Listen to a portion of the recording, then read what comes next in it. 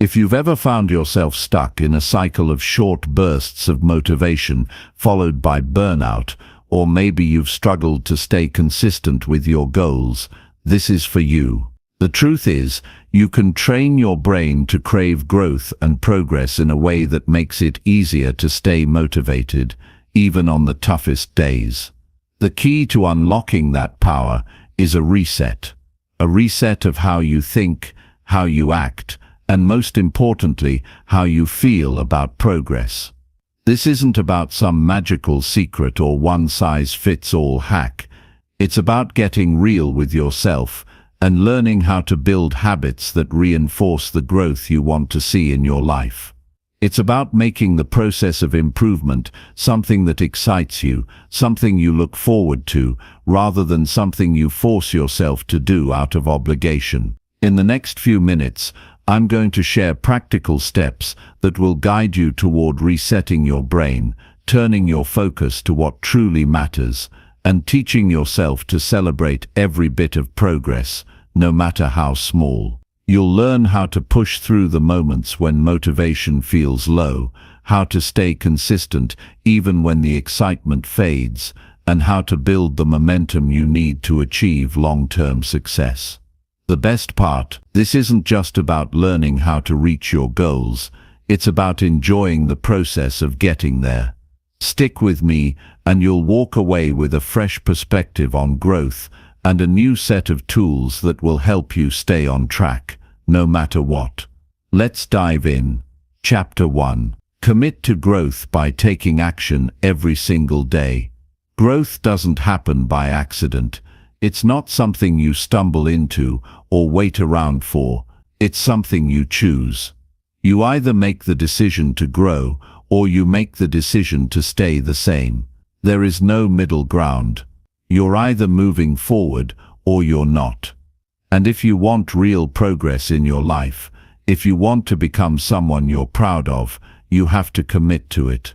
You have to show up. Every day. No matter how you feel, no matter what's happening around you. Because the truth is, life isn't waiting for you to feel ready. It rewards those who act. The reason most people stay stuck is simple. They confuse intention with action. They plan, they think, they talk, but they don't do. They believe wanting something is enough, that somehow desiring a better life will automatically lead them there. But that's not how it works. Growth requires motion. It needs effort. It needs consistency. You can't grow without action. You can't get better if you keep standing still. And the longer you delay, the harder it becomes to move at all. You don't need the perfect plan to begin. You don't need to have everything figured out. What you need is the courage to start. The strength to do something today that makes you stronger tomorrow. That's how growth happens. One action at a time. One decision at a time. One day at a time. It's not about doing everything. It's about doing something, even when it's hard. Especially when it's hard. Because that's when it counts. That's when you prove to yourself that you're serious. That you're no longer settling for less than what you're capable of. The world is full of people who want to change their lives, but very few are willing to do what it actually takes. Most people want the reward without the work. They want transformation without the struggle. But you can't reset your brain without effort. You can't train yourself to crave growth without discipline. And that discipline has to show up every single day. Not just when it's convenient. Not just when motivation is high. But every day, especially on the days you feel like quitting. Because those are the days that build the strongest version of you. Think about what your life could look like 1 year from now if you chose to take action daily. Not massive action. Not unrealistic changes. Just daily action. Just consistent forward movement. Imagine how much stronger, calmer, more focused you could be if you decided that every single day was an opportunity to improve. That every day mattered.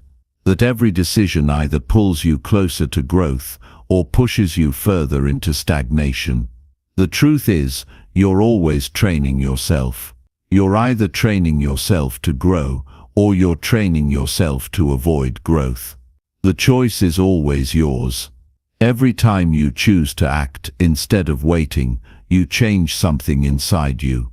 You begin to break the cycle of hesitation. You silence the voice in your head that keeps saying, maybe tomorrow. You stop feeding the excuses that keep you stuck. And you start feeding your progress. It may not be dramatic.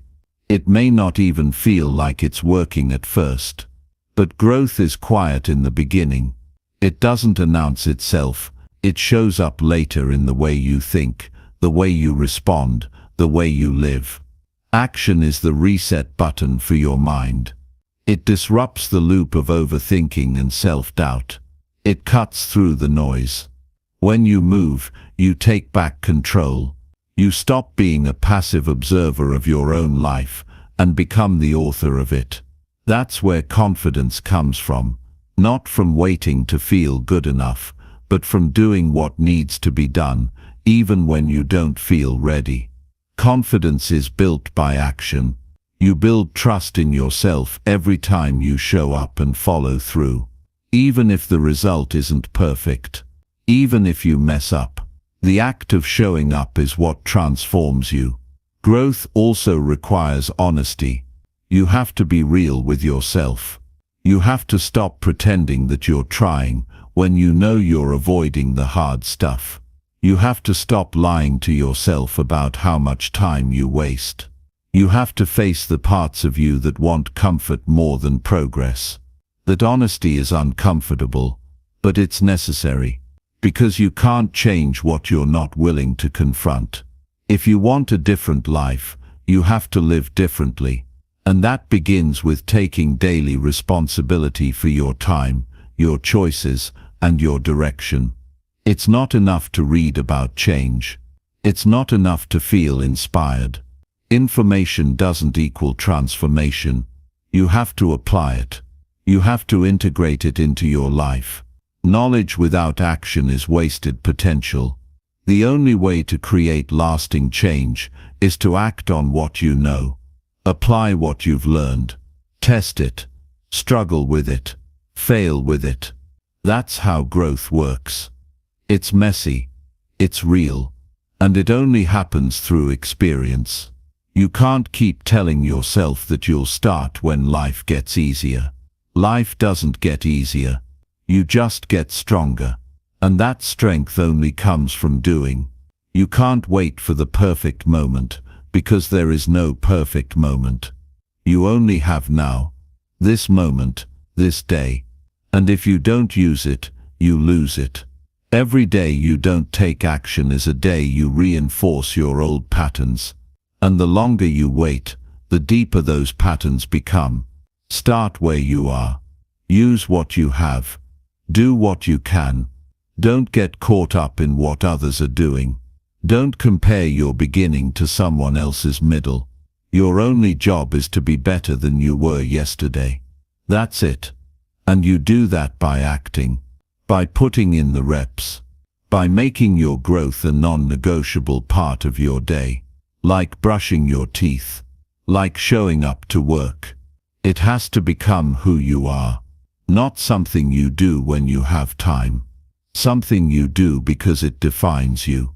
If you want your brain to crave growth, you have to condition it through repetition. You have to teach it that effort equals reward, that challenge equals progress. You have to associate discomfort with development. The more often you act in alignment with your goals, the more your brain adapts to that pattern. It starts to seek out growth. It starts to crave it, not because it's easy, but because it's familiar. And once that happens, discipline becomes second nature. You stop negotiating with yourself and just do what needs to be done. Every day is an opportunity, a blank page, a chance to rewrite the story you've been telling yourself. And the only way to do that is through action. Not once, Not twice. Every day, even on the boring days. Even when you don't see immediate results. Because growth is slow at first, but it compounds, it builds, and eventually it becomes undeniable. People start to notice. You start to notice. And what once felt impossible begins to feel normal. It's not about motivation. Motivation is temporary. It comes and goes. You can't rely on it. What you need is discipline. A decision that your future matters more than your current mood. That your goals matter more than your excuses. Discipline isn't glamorous. It's not always fun, but it's what moves the needle. It's what separates those who talk from those who live it. And the good news is it can be trained, just like a muscle. The more you use it, the stronger it gets. Start by choosing one area of your life to improve. Just one. Don't try to overhaul everything at once. Pick something simple, something measurable, something you can do daily. Maybe it's waking up earlier. Maybe it's exercising. Maybe it's journaling for 10 minutes. Whatever it is, make it your anchor, your non-negotiable. Do it every single day. No matter what, build that habit into your identity. And once it's solid, add another. Stack your wins. Stack your growth. You don't have to be perfect. You just have to be consistent. The days you show up when it's hard are worth more than the days it feels easy. That's where the transformation lives, in the struggle, in the repetition, in the quiet moments when no one's watching. That's where you earn your confidence. That's where you prove to yourself that you're no longer living on autopilot. Stop thinking so much. Start doing. You already know what needs to change. You already know what you're capable of. The question is, will you act on it? Will you honor your potential? Will you stop hiding behind distractions and start creating a life that actually means something to you? The only way out of stagnation is through discipline, through action, through consistent intentional effort. Growth is your responsibility. No one is coming to save you. No one is going to hand you the life you want. It's up to you to build it. Brick by brick, day by day, decision by decision. And the most powerful decision you can make is to show up, to act. Even when it's hard, especially when it's hard, because that's how you train your brain to crave growth. That's how you create a future worth waking up for. It doesn't happen overnight, but it happens. Slowly, steadily, quietly, and then suddenly, everything is different. You think differently. You move differently. You carry yourself with a quiet power. Not because everything is perfect, but because you've become someone who keeps showing up, someone who acts, someone who grows. That's the kind of person who can't be stopped. So don't wait for motivation. Don't wait for the right time. Choose growth now. Choose action now. Make today count. Make this moment the turning point. And keep moving forward, no matter what. You're capable of more than you know, and the only way to discover that is to act like it, every single day. Chapter 2. Embrace challenges to build strength and resilience daily. Every day, you're going to be tested by something. It might be the moment your alarm rings earlier than you'd like. It could be the traffic that stretches your patience thin. It could be a rejection you weren't ready for, or a task you didn't expect. These moments, often brushed off as inconveniences, are the very opportunities through which you build the internal muscle called resilience. Most people avoid challenges because they assume comfort equals happiness. But comfort is not where you grow. Comfort is where you decay slowly without noticing. If you're serious about growth, you need to run toward the discomfort, not away from it. The truth is simple. You won't become stronger by reading about strength. You become stronger by being stretched beyond your current limits. The gym builds muscle by creating resistance. Life builds character through the exact same process. Every mental, emotional, or physical challenge you encounter is a chance to become something more than you were the day before. You don't develop discipline when everything is easy.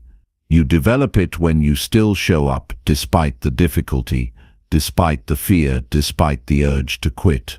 Each challenge is a quiet invitation from life asking, are you ready to level up? You don't have to wait for some life-altering crisis to build resilience. The small daily struggles matter. Choosing not to complain when you're tired. Choosing to show up and give effort even when you're uninspired. Choosing to finish what you started instead of looking for an excuse. These decisions, repeated over time, become the foundation of a mind that cannot be broken easily. Resilience is not something you're born with. It's something you train.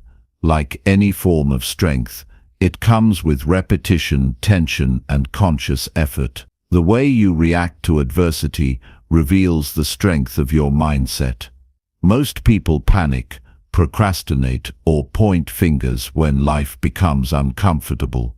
But growth requires a different approach. You must learn to breathe through the discomfort and think clearly when things fall apart. You must teach yourself to be calm in chaos. You must develop the habit of facing problems instead of avoiding them. This is how you move from surviving to thriving. If you constantly avoid what challenges you, your comfort becomes your cage. The moment you stop pushing yourself, you begin slipping backward without noticing. The hard path is hard for a reason, because it's the only one that leads somewhere worthwhile. There's no growth in staying where things are safe. There's no transformation in doing what you've always done. Real change demands that you confront what you fear, what you dislike, and what you've avoided.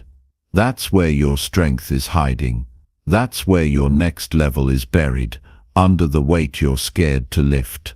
The reward for embracing challenges isn't just external success. It's something deeper. You build a level of self-trust that nobody can take from you.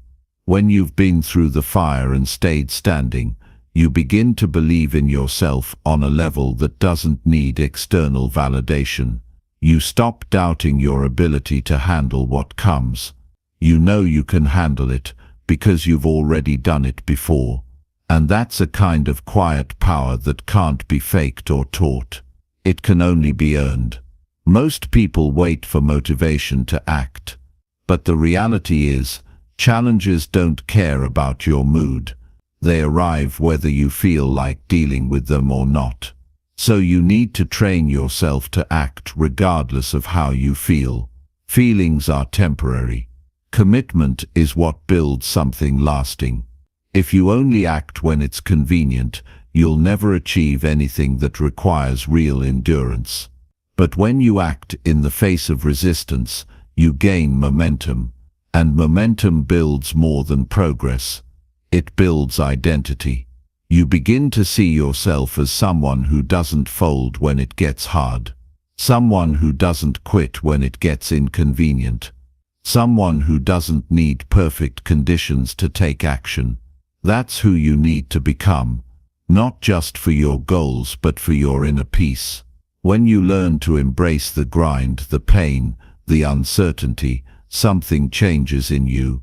You stop being ruled by emotion. You start being ruled by purpose. Challenges don't mean something is wrong. They often mean something is right. If your path is hard, it usually means it's pushing you toward your growth edge. That's exactly where you want to be. Not because it's comfortable, but because it's necessary. If you avoid difficulty, you avoid maturity. If you avoid discomfort, you avoid expansion. And that's a far greater cost than temporary pain. Because if you don't embrace life's challenges, they start controlling you. You become reactive instead of proactive. You become a victim of your environment instead of the architect of your future. The strength you build by facing adversity is a strength that lasts. It carries over into every area of your life. You become better at handling stress. You become more patient with others. You become more focused under pressure. Every obstacle becomes training. Every hard day becomes fuel. Every setback becomes a test of your mindset and a chance to deepen your resolve. There's no secret formula, no shortcut, just you showing up when you don't feel like it. You doing the difficult thing when nobody's watching. You being consistent even when progress is invisible. That's what separates those who transform from those who talk. The work is not glamorous. It's not always exciting, but it's always necessary. And over time it creates something unstoppable in you. So stop looking for easy days. Stop wishing for everything to go smoothly. Instead, wake up and welcome the resistance. Because it's not in the easy days that you become who you're meant to be. It's in the difficult days where your grit is tested and your growth is forged. You don't become stronger by avoiding the storm. You become stronger by walking through it, with your head held high, refusing to break. Every time you embrace a challenge, you silence the voice inside that tells you to stay small. You overpower the urge to give up. You remind yourself that growth doesn't come from comfort. It comes from courage. Courage to face the unknown. Courage to risk failing. Courage to keep moving forward when doubt creeps in. That courage builds confidence, and that confidence becomes the foundation of everything you want to achieve. The more you expose yourself to difficulty, the less power difficulty has over you. You become familiar with discomfort, and in that familiarity, you find strength. You stop flinching at pressure. You stop retreating at resistance. You start leaning into it, knowing that it's shaping you, it's building you, it's turning you into someone you can respect. What most people see as suffering, you begin to see as training. What most people avoid, you begin to chase, because you understand something they don't. The pain is temporary, but the growth is permanent. The struggle ends, but the strength stays with you forever. And that's what this journey is about. Not avoiding pain, but using it. Not fearing challenges, but facing them. Not wishing life was easier, but choosing to become stronger. You don't get to control what life throws at you, but you do get to control how you respond. You get to decide whether you run or rise, whether you escape or endure. And every single day, that decision is shaping you. The question is, who are you becoming through those choices?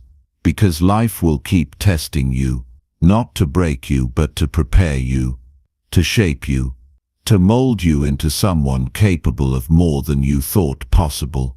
If you commit to facing your challenges head-on, you will discover a version of yourself that is unshakable, a version of yourself that doesn't back down, a version of yourself that stands tall even when everything feels uncertain.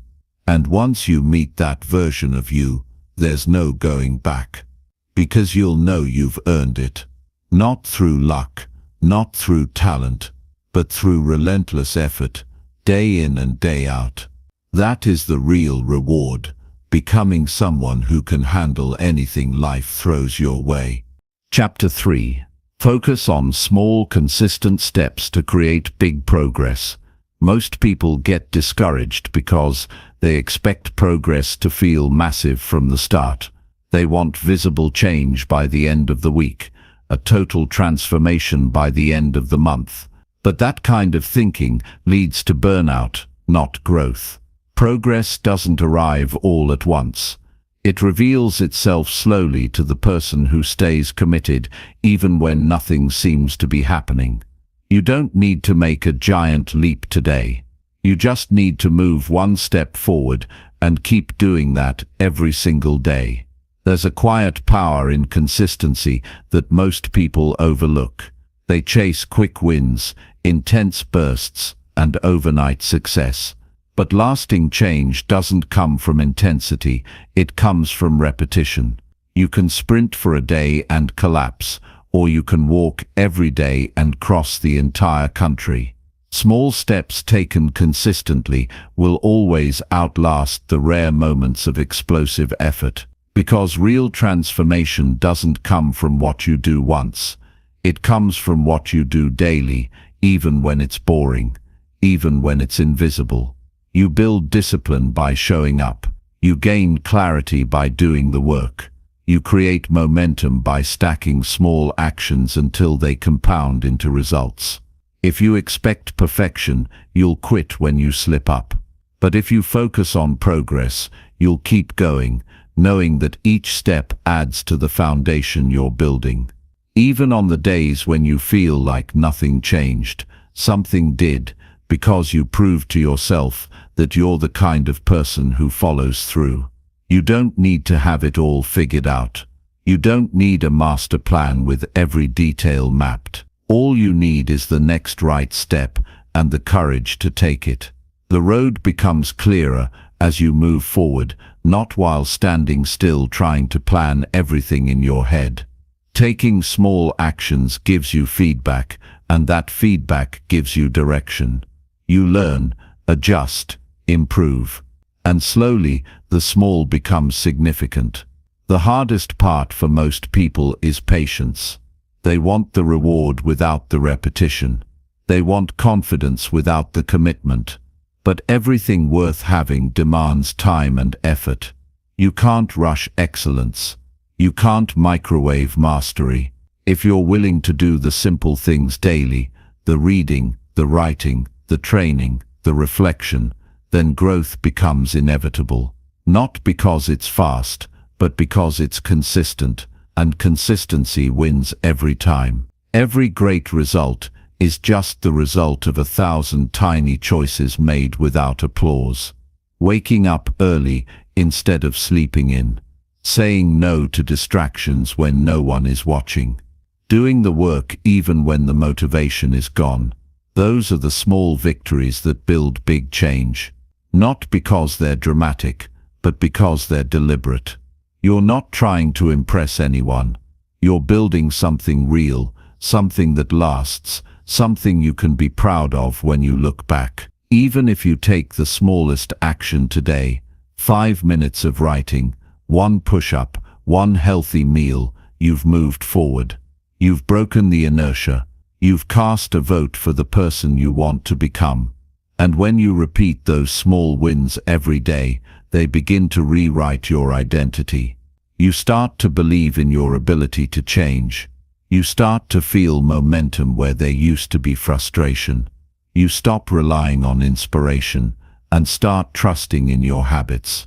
The size of the step doesn't matter as much as the direction you're going. Every step forward counts, no matter how minor it feels. 1 sentence added to a blank page is still progress. 1 mindful breath in the middle of a stressful day is still growth. 1 choice to stay disciplined when it would have been easier to quit, that's how strength is built. You may not see the results right away, but trust that they're stacking. Every small act is a seed. Give it time, and it will grow.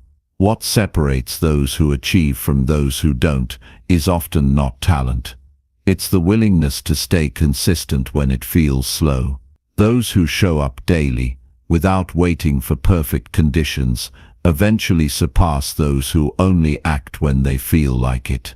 Because showing up builds resilience. It strengthens your mindset. It teaches you to rely on action, not emotion. And that's what creates results that last beyond a burst of enthusiasm. Progress can be boring. That's the truth.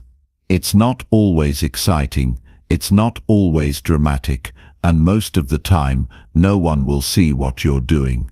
But that's also what makes it so powerful. When you learn to love the process, the repetition, the small wins, the quiet victories, you unlock a mindset that is built for the long haul. You no longer need external rewards to stay focused. You move forward because it's who you are, not because someone is watching. You don't have to wait for the perfect moment. There is no perfect moment. There's just now, and the choice you make in it. You're either feeding your growth or feeding your stagnation. And the smallest choices, what you read, what you eat, what you think, how you speak to yourself, they all matter. They add up over time, shaping your future silently. If you keep showing up for yourself, you're building something far greater than short-term wins. You're building a mindset that thrives in every season. Don't underestimate the power of a 5-minute effort. That's where most people give up. They tell themselves it's not enough, so they do nothing. But something is always better than nothing. A short workout is better than no movement.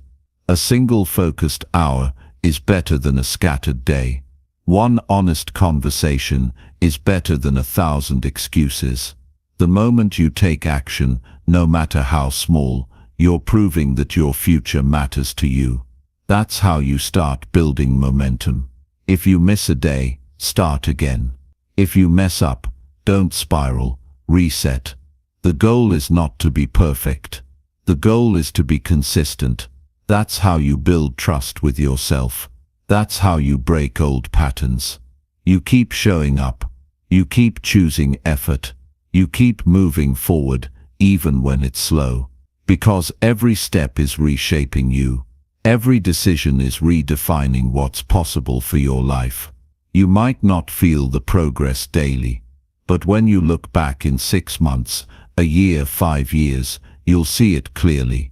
You'll realize that those quiet days of effort were never wasted. They were laying the foundation for everything you've become. So don't rush it. Don't quit it. Keep going. Step by step, small move by small move. That's how greatness is built, not in noise, not in hype, but in the quiet discipline of daily action. Chapter 4. Train your mind to embrace discomfort as growth. Most people spend their lives avoiding discomfort. They seek the path that feels safe, easy, and predictable, not realizing that in doing so, they also avoid the very opportunities that would make them stronger. Growth never comes from comfort. It comes from the tension, the uncertainty, the pressure that forces you to rise above your old limitations. Discomfort is not the enemy. It's the catalyst. It's the signal that you've stepped beyond the edge of who you were and into the space where transformation happens. The mind resists what it doesn't control. When things get hard, when uncertainty creeps in, the natural instinct is to pull back, to retreat into familiarity. But familiarity doesn't stretch you. It doesn't challenge your assumptions. It doesn't expose your weaknesses, and it doesn't force you to become more than you were yesterday. You grow when you're willing to sit in the fire without flinching, to stay present when things get uncomfortable instead of running for relief. Discomfort teaches you things that ease never will. It reveals what you truly believe about yourself. It exposes the habits you've built to avoid effort. It shows you whether your discipline is real or just something you talk about. Most people want change without the process that change demands. They want results without the inner battles. But the only way to truly change is to step into the difficult moments, feel everything they bring, and keep going anyway. Every time you choose discomfort over avoidance, you strengthen your mind. You prove to yourself that you can survive what you once ran from. That's how mental toughness is built, not by talking about strength, but by enduring moments that test it. You might feel fear, doubt, or fatigue. But if you continue despite them, they start to lose their power over you. You realize that pain is temporary, but growth is permanent. Your mind is like a muscle. The more you expose it to resistance, the more resilient it becomes. Just like lifting weights tears your muscles, so they rebuild stronger. Facing discomfort breaks your old mental patterns, so they can be rebuilt with greater clarity and grit. The more often you walk toward the difficult, the less afraid you become of it. Discomfort becomes something you use, not something you hide from. It becomes part of your process instead of something you try to avoid. Growth lives in the spaces where most people hesitate. It's in the hard conversation you don't want to have. It's in the workout you dread. It's in the silence that forces you to face your own thoughts. It's in the decision to keep going when no one is watching. If you only do what's easy, you'll never build the mental habits needed to handle adversity. But if you train yourself to lean into discomfort, you'll be equipped for whatever life throws at you. Most discomfort isn't physical, it's mental. It's the discomfort of boredom, of repetition, of doing the right thing when no reward is immediate. It's the mental friction of pushing through resistance when the outcome is uncertain. That's the type of discomfort that builds the deepest strength. Anyone can work hard when they're inspired. But real power comes from doing the hard things when they're inconvenient, unglamorous, and quietly demanding. You learn who you really are in those moments when giving up seems easier. Do you retreat, or do you rise? Do you rationalize, or do you recommit? The person who trains their mind to stay steady in discomfort becomes unshakable, because life will not always be easy. There will be setbacks, delays, failures, and moments when you question everything. If you've only trained yourself to act when it feels good, you'll break. But if you've built a mindset that welcomes difficulty as fuel, nothing can stop you. Every time you face discomfort willingly, you develop trust in yourself. You start to believe that you can endure. That belief becomes confidence. Not the loud kind, but the quiet, steady kind that doesn't waver when things go wrong. You stop needing everything to be perfect before you take action. You stop waiting for the right mood. You stop chasing the easy route. You become the type of person who keeps going, not because it's easy, but because growth is worth it. This is not about suffering for the sake of suffering. It's about understanding that discomfort is a tool. It refines you. It strips away your excuses. It sharpens your focus. It reveals what truly matters. Most of the breakthroughs you want will only show up after you've passed through discomfort. You won't feel ready. You won't feel certain. But if you can take the next step anyway, you'll discover strength you didn't know you had. Your mind can be trained. You can condition it to respond differently. Instead of resisting challenges, you can learn to recognize them as invitations to evolve. Instead of panicking in chaos, you can train yourself to breathe and stay calm. Instead of quitting when things get tough, you can build the habit of digging deeper. None of this happens overnight. But every day you practice, your mind becomes sharper, steadier, and more capable. You have to stop viewing discomfort as a sign to stop. Start seeing it as a sign you're on the right path. If it's difficult, that means you're doing something meaningful. If it's uncomfortable, that means you're stretching beyond your old limits. Don't run from that. Use it. Let discomfort become the signal that growth is taking place. Let it guide you, not scare you. That shift in mindset will change everything. You don't have to love the pain. You just have to respect what it gives you. Discomfort is temporary, but the person you become by embracing it, that's permanent. That strength carries into every area of your life. It shows up in how you handle stress, how you face failure, how you lead others, and how you show up for yourself. If you want to be mentally unbreakable, you have to put yourself in the fire, not once but regularly, Until the fire no longer burns, it builds. So don't wish for things to get easier. Wish for yourself to get stronger. Don't hope that everything will feel good all the time. Train yourself to perform well even when it doesn't. That's the difference between those who want to grow and those who do. Growth is uncomfortable by nature, but it's also necessary, rewarding, and freeing. The sooner you stop avoiding it, the sooner you begin to evolve into the person you were meant to be. The discomfort you embrace today becomes the strength you carry tomorrow. Keep walking into the storm. That's where the transformation happens. Chapter 5. Prioritize your health to fuel continuous improvement. If you want to improve your life, you must start with the one thing that supports every goal, every action, every thought you carry into the world: your health. Everything you're trying to build requires energy.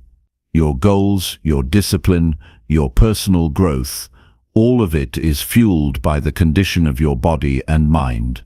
Without a strong foundation, you will burn out before you even begin to scratch the surface of your potential.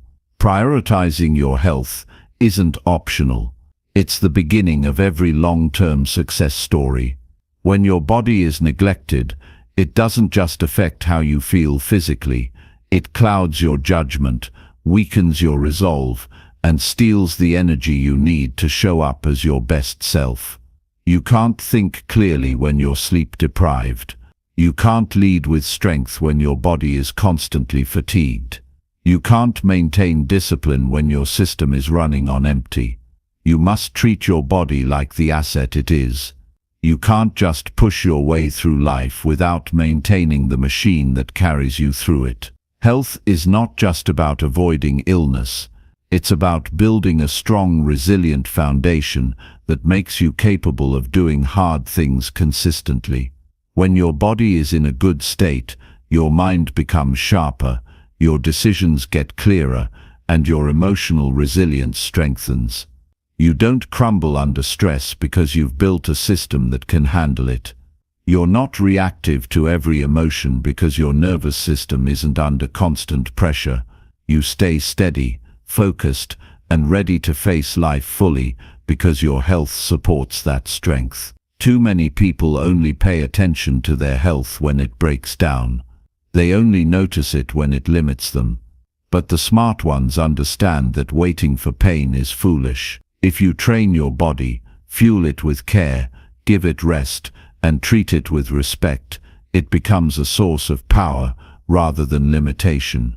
Every decision you make today about what you eat, how you move, and how you sleep is either building your strength or draining it. There is no neutral ground. Consistency with your health habits is where the real change happens. It's not about doing something extreme for a short time. It's about doing the small things well every day. Drinking enough water, getting to bed early, moving your body with intention, choosing whole foods over processed ones. These decisions may seem minor in the moment, but stacked over time, they completely reshape your life. The person who wakes up feeling strong and clear has a massive advantage over the one who wakes up exhausted and scattered. Your body reflects your priorities. If your schedule is too full to take care of your health, it's a warning sign that you're not managing your life with intention. Health isn't something you fit in when it's convenient. It's something you structure your life around. You don't find time to move, you make it. You don't try to eat well when everything is perfect. You build systems to make it automatic. You don't wait for the motivation to sleep early. You protect your rest because you understand what's at stake if you don't. There's a deep discipline in health. It's not flashy. It's not always visible to others. But it creates a level of control and self-respect that pours into every other part of your life. When you stick to your physical routine, you build proof that you can follow through. When you resist instant gratification in food or rest, you remind yourself that you are in charge of your life. That type of control spills into your work, your relationships, your mindset. It becomes a quiet strength that others can't see, but you carry it in everything you do. No one can give you your health. You earn it daily. You build it through action. You protect it with intention. And when you have it, you're capable of chasing higher goals without crashing. You can't perform at your best when your foundation is weak. A tired mind, an inflamed body, an exhausted nervous system, these things blur your vision and weaken your resolve. But when your body is aligned and your health is solid, you walk into every challenge with more power and less fear. This isn't about vanity. It's about longevity. It's about waking up 10 years from now still able to move, think, and operate at a high level. It's about showing up for your family, not just today, but for years to come with energy and presence. It's about being capable, strong, and durable, not just for your goals but for your entire life. You don't invest in health because it's trendy. You invest in it because you understand that everything you care about depends on your ability to stay strong. Health also shapes your emotions. When you eat poorly, you don't just feel sluggish, you become more reactive, less patient, more anxious. When you neglect sleep, your mind doesn't just slow down, it becomes more negative, more scattered, more prone to irrational decisions. But when your body is fueled, rested, and active, your emotions stabilize. Your ability to stay composed under pressure improves. Your outlook becomes more positive, more grounded, more focused on growth instead of survival. Don't wait until something breaks to take this seriously. You don't get stronger by accident. You don't stay healthy by chance. You do it by living with intention, making decisions that protect your energy, and refusing to compromise your well-being for temporary convenience. The more you prioritize your health, the more unstoppable you become, because energy is the multiplier of all action. You may have great ideas, strong ambition, and a clear vision, but without health, you won't have the stamina to execute it long-term. The greatest advantage you can give yourself is a body and mind that work together in alignment. That alignment comes from habits, not hope. From systems, not excuses. From daily practice, not bursts of effort. You don't need to be perfect. You just need to be consistent. When you treat your health as non-negotiable, everything else improves. You think better, move better, feel better, and live better. And when life gets hard, and it always will, you'll have the resilience to meet it head-on without falling apart. Your energy is your responsibility. It's something you create, protect, and renew through how you live. Prioritize your sleep like it's sacred. Move your body like it's your duty. Eat like you respect your future, and recover like your progress depends on it, because it does. You can't grind forever on a weak foundation. At some point, the body and mind demand what they've been denied, and the longer you ignore it, the heavier the price you'll pay. So choose the discipline now over the damage later. Choose intention over indulgence. Choose practices that support your strength rather than habits that drain it. This is your vessel for everything you want to build. Treat it like it matters, because it does more than you know. Every day you nourish your health, you fuel your ability to rise. And the more you rise, the more you realize that the strongest version of yourself begins with how you take care of the foundation you stand on. Chapter 6. Eliminate distractions to sharpen your focus on goals. If you truly want to make progress, you have to stop letting distractions pull your attention in 1,000 directions. Every goal you set demands your full focus, and every distraction you tolerate is a silent thief stealing that focus away. In a world that constantly fights for your attention, The ability to eliminate what doesn't matter is one of the most powerful skills you can develop.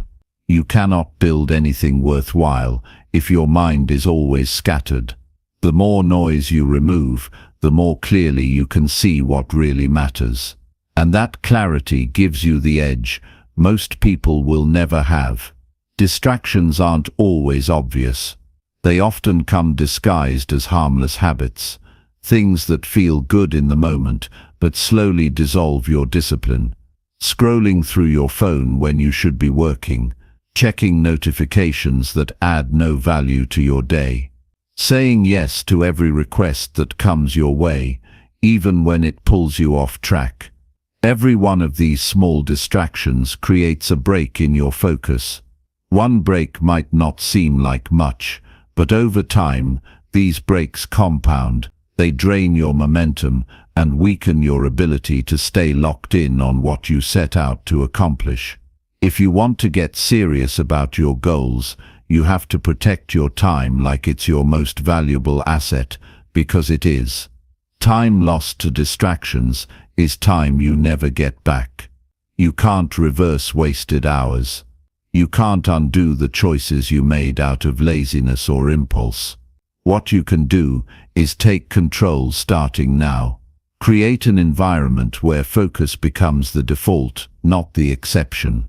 Turn off what doesn't serve you. Say no more often. Stop giving your energy to things that don't move you forward. Eliminating distractions isn't just about turning off your phone or staying off social media. It's about building a mindset that values depth over noise. It's about training yourself to sit with one task at a time and go all in.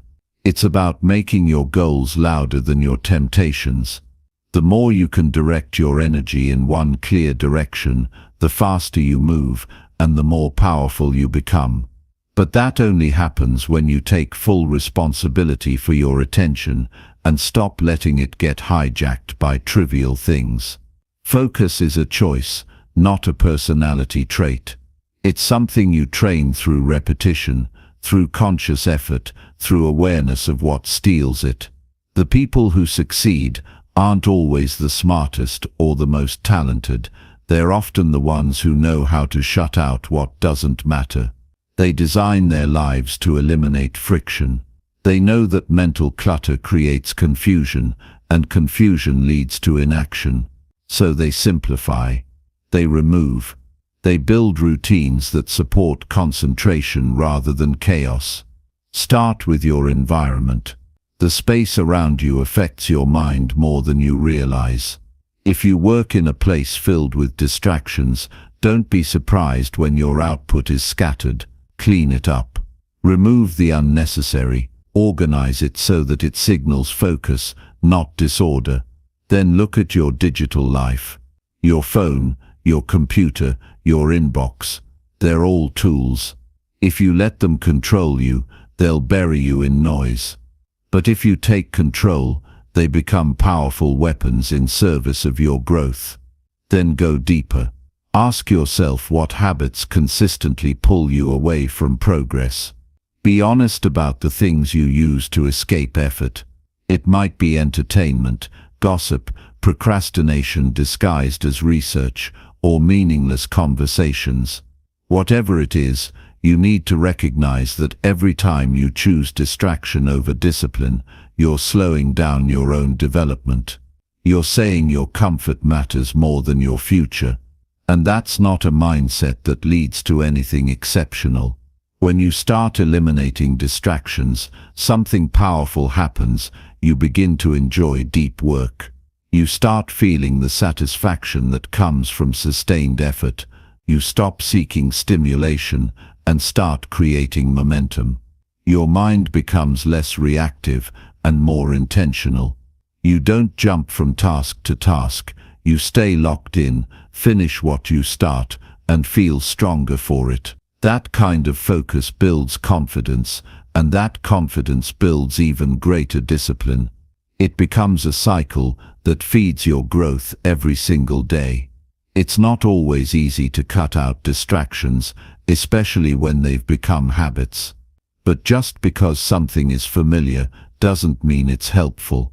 You have to train yourself to let go of the temporary pleasure that comes from easy tasks and quick dopamine. You have to build a mind that chooses long-term satisfaction over short-term comfort. And the only way to do that is through repeated action. Every time you resist a distraction, you strengthen your control. Every time you redirect your attention, you reinforce your purpose. There will always be more things competing for your focus than you can possibly manage. The key is not to manage them all, it's to eliminate the ones that don't matter. Most people spread their attention too thin and then wonder why they're exhausted but not progressing. Don't fall into that trap. Learn to focus with precision. Be ruthless about what you allow into your space.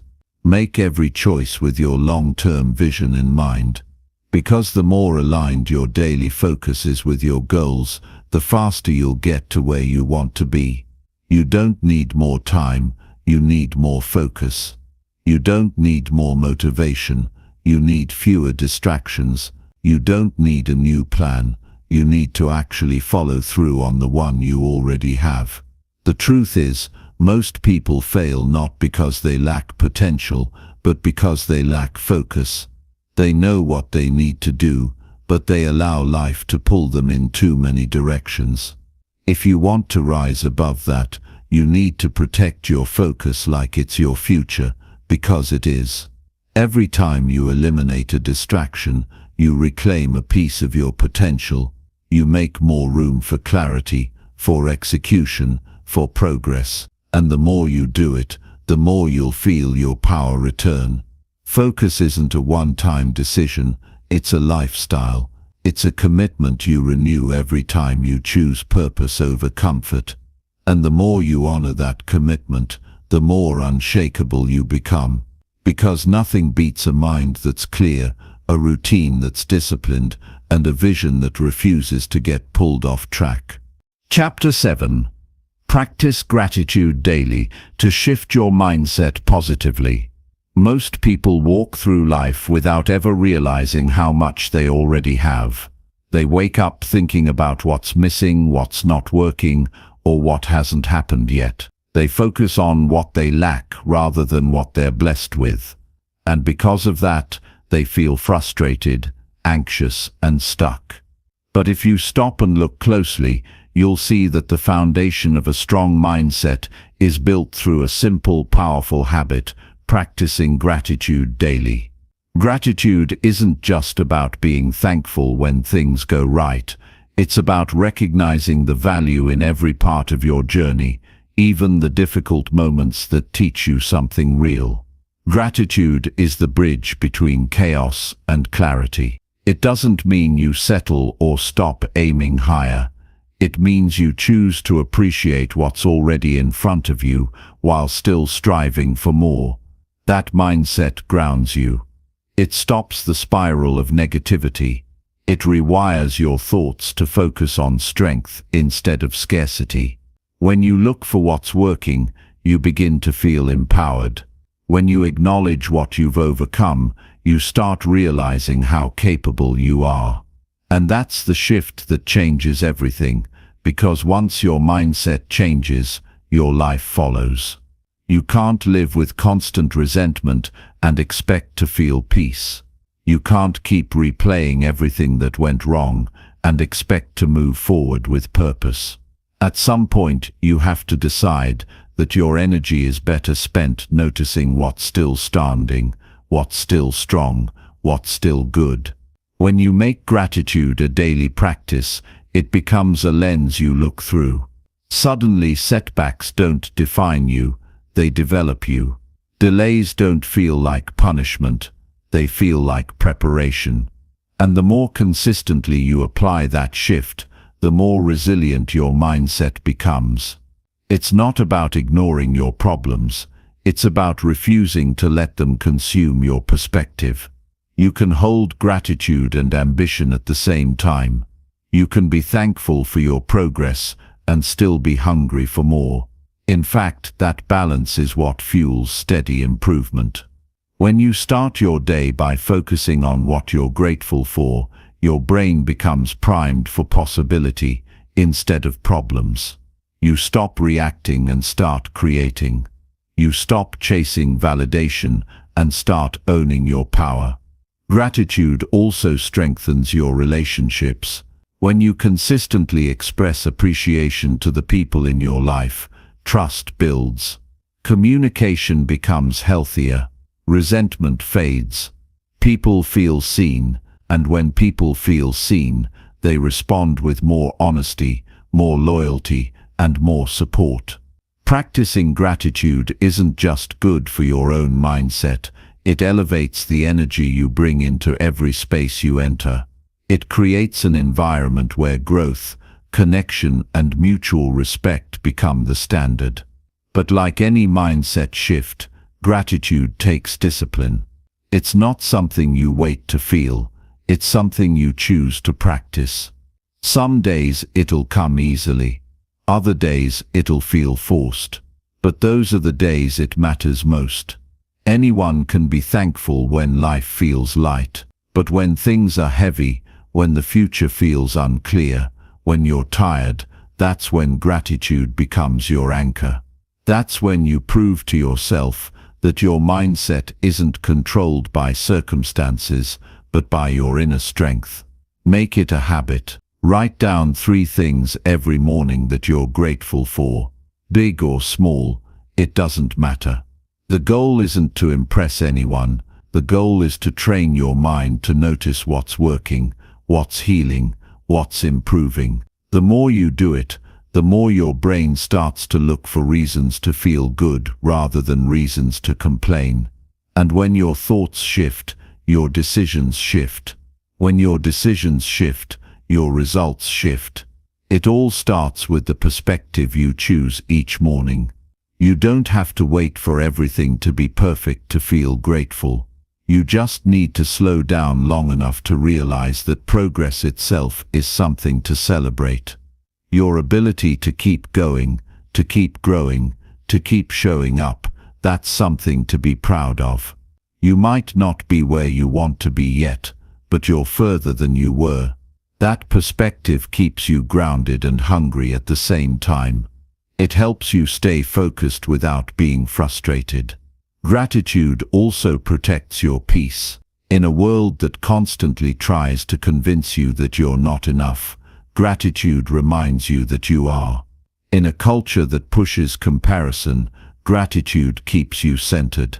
When you're grounded in what's real, you stop being shaken by what's trending. You stop measuring your worth by other people's opinions. You stop chasing things that don't even align with your values. Instead, you move with intention. You act from alignment, not from insecurity. Your mindset is your most valuable asset, and gratitude sharpens it every single day. It's what separates those who endure with strength from those who crumble under pressure. When you train your mind to focus on what's good, you gain the power to navigate what's hard. You stop needing life to be easy. You become someone who can handle it when it's not. That mental toughness doesn't come from comfort. It comes from repeatedly choosing appreciation over frustration. Don't underestimate the impact of small daily choices.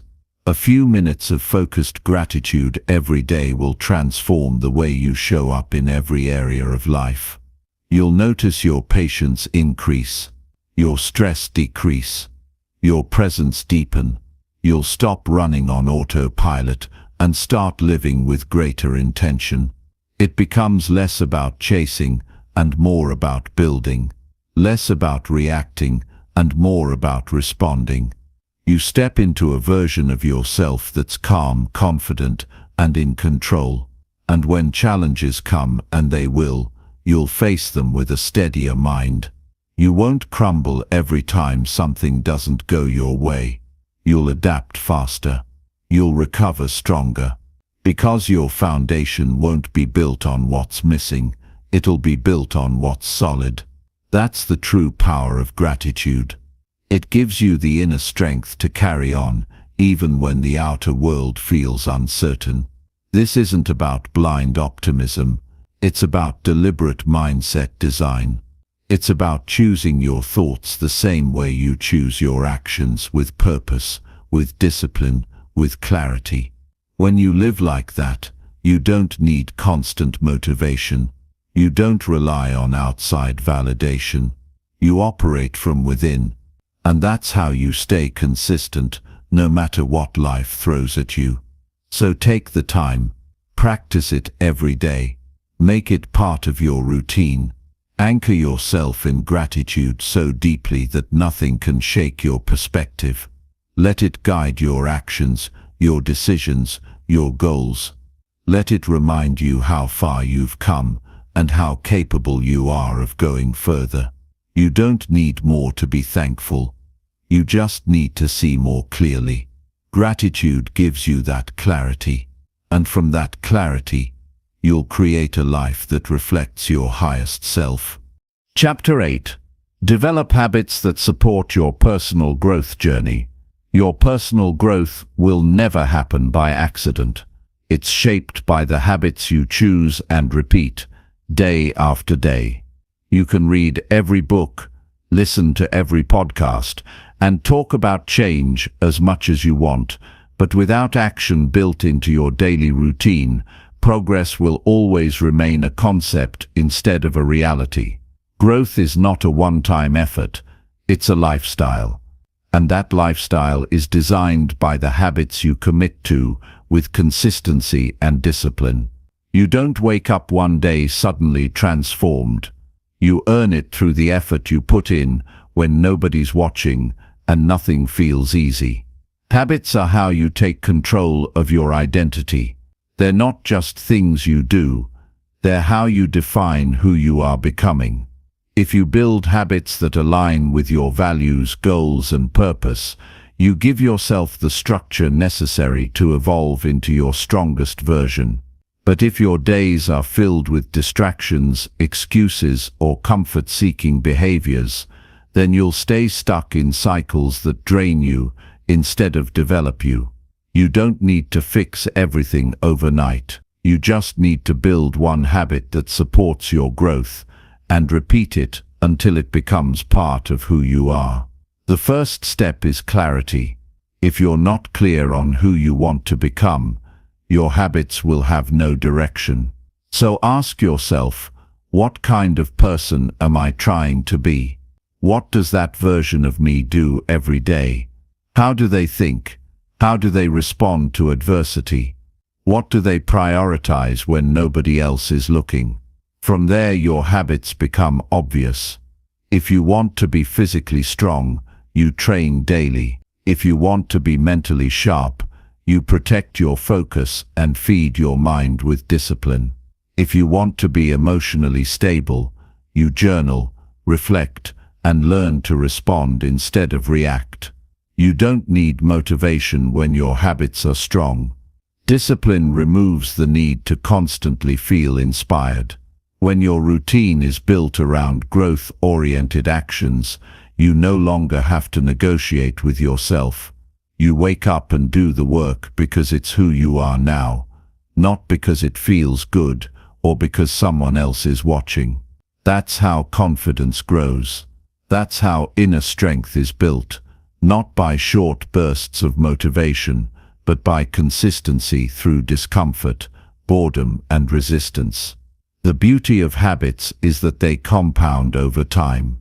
You won't always see immediate results, but if you stay consistent, the long-term rewards are undeniable. Small actions done daily become the foundation of something massive. Waking up early, journaling your goals, eating clean, moving your body, reading with intention. These aren't glamorous on their own, but they build a life that's aligned, strong, and focused. The results you want don't come from intensity, they come from repetition. You don't need to overhaul your life in a day. You just need to choose habits that keep you on your path and honor them with unwavering consistency. But not all habits serve you. And one of the most important things you can do for your growth is to cut the ones that weaken your progress. This means being brutally honest with yourself. Are your habits building you or breaking you? Are you wasting your time scrolling, complaining, or avoiding what matters? Are you letting comfort keep you from rising? The truth is, you already know which habits are holding you back. You just have to stop protecting them. Growth requires sacrifice, and often that means letting go of patterns that feel good in the moment, but sabotage your future. You also have to be patient with the process. Building new habits takes time. Your mind will resist change. You'll slip up. You'll want to quit. That's normal. But progress isn't about perfection, it's about persistence. When you fall, get back up immediately. When you miss a day, don't miss two. When your energy is low, show up with whatever strength you have left. That level of consistency trains your mind to stay committed even when things aren't ideal. And over time, you become someone who doesn't rely on perfect conditions. You rely on your own reliability. Another key to building strong habits is your environment. If you surround yourself with distractions, excuses, and people who don't value growth, it's going to be harder to stay consistent.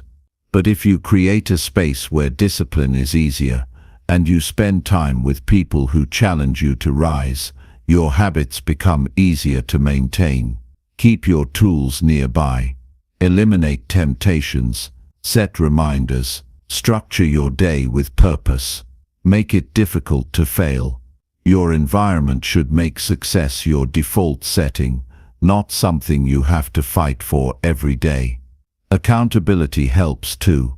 Whether it's tracking your progress or having a mentor who checks in on you, knowing someone is paying attention can drive you to stay on track. But ultimately, the most powerful accountability is the one you hold with yourself. Do what you said you would do, even when no one else would notice if you skipped it. That's where real self-respect is built. When you start proving to yourself that your word matters, your belief in yourself starts growing automatically. Your habits don't need to be extreme. They just need to be consistent and aligned. It's not about perfection. It's about showing up repeatedly, regardless of how you feel. One strong habit practiced daily is better than a dozen intentions left undone. You don't need more time, more motivation, or more information. You need commitment, and you need to honor that commitment when it's inconvenient. That's when it counts the most. Look at your daily routine. It's either a blueprint for growth or a setup for regret. Every choice adds up. Every behavior leaves a mark. If your actions reflect your highest self, you'll move forward even when life gets difficult. But if you keep postponing discipline and making excuses, your potential will stay buried under patterns that keep you small. No one is coming to save you. No one is going to build those habits for you. It's your job. It's your responsibility. And it's your power. There is freedom in structure. The more you build habits that serve you, the more mental space you free up to pursue your vision. You're not constantly battling yourself. You're not negotiating every morning about whether to follow through. You move with clarity. You act with conviction. You show up, not because you feel like it, but because you refuse to betray the version of you that you're becoming. That's real personal growth. And it starts the moment you decide to align your habits with your highest standards. Chapter 9. Seek feedback to understand your strengths and weaknesses. To truly grow, you must be willing to confront the reality of where you stand right now, and that means seeking feedback. It's easy to get comfortable in the bubble of our own thoughts, where we convince ourselves that we are doing well or that we know what we're doing. But the truth is, we can never see ourselves as clearly as others do. This is where feedback comes in. Feedback is the tool that breaks down your blind spots, revealing both your strengths and weaknesses. It gives you the chance to see yourself as you truly are, which is the first step toward meaningful growth.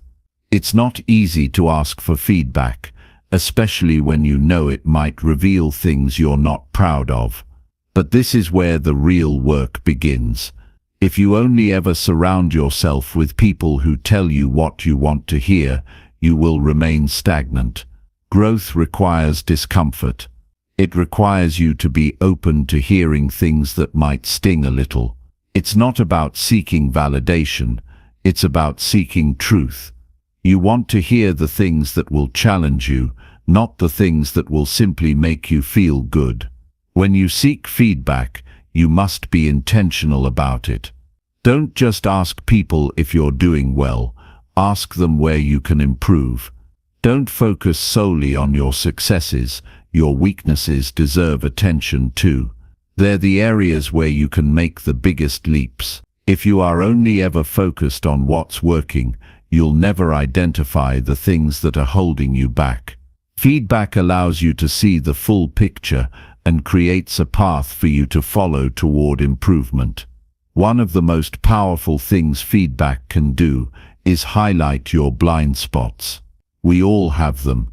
They are the things we don't notice because we are too close to the situation, too involved in the process, or too attached to the outcome. But others, with their outside perspective, can point out the things that you've missed. This is where your growth lies, in the areas you didn't even know were there. By actively seeking feedback, you allow others to shed light on those hidden parts of yourself that need attention. You get to see yourself through fresh eyes, and in doing so you are given the opportunity to make adjustments before they become bigger problems. What's important is that you receive feedback with an open mind. Don't react defensively, even if it feels uncomfortable. Feedback is not a personal attack, it's a tool for your development. The moment you close yourself off to feedback, you close yourself off to growth. You may not agree with everything you hear, and that's okay, but listen with the intention to learn. Take the pieces that resonate with you and use them to fuel your improvement. Acknowledge your strengths as much as your weaknesses. Both are necessary for progress. One of the keys to using feedback effectively is to view it as a reflection of where you can level up. It's easy to take criticism to heart and let it deflate your confidence, but this isn't the purpose of feedback. The purpose is to offer a perspective that you wouldn't otherwise have. The feedback you receive is a roadmap, showing you areas that need your attention. It gives you the chance to focus your energy where it will have the most impact. When you begin to embrace feedback as a tool for growth, it shifts your mindset. Instead of viewing feedback as something negative, you begin to see it as a gift. It's no longer something to fear or avoid, it's something to actively seek out. And once you start seeking it, you'll begin to see how much faster you can progress. Your development accelerates when you are consistently making adjustments based on real, honest feedback. In addition to seeking feedback from others, it's equally important to cultivate self-reflection. The best feedback comes when you can pair external feedback with your own honest self-assessment.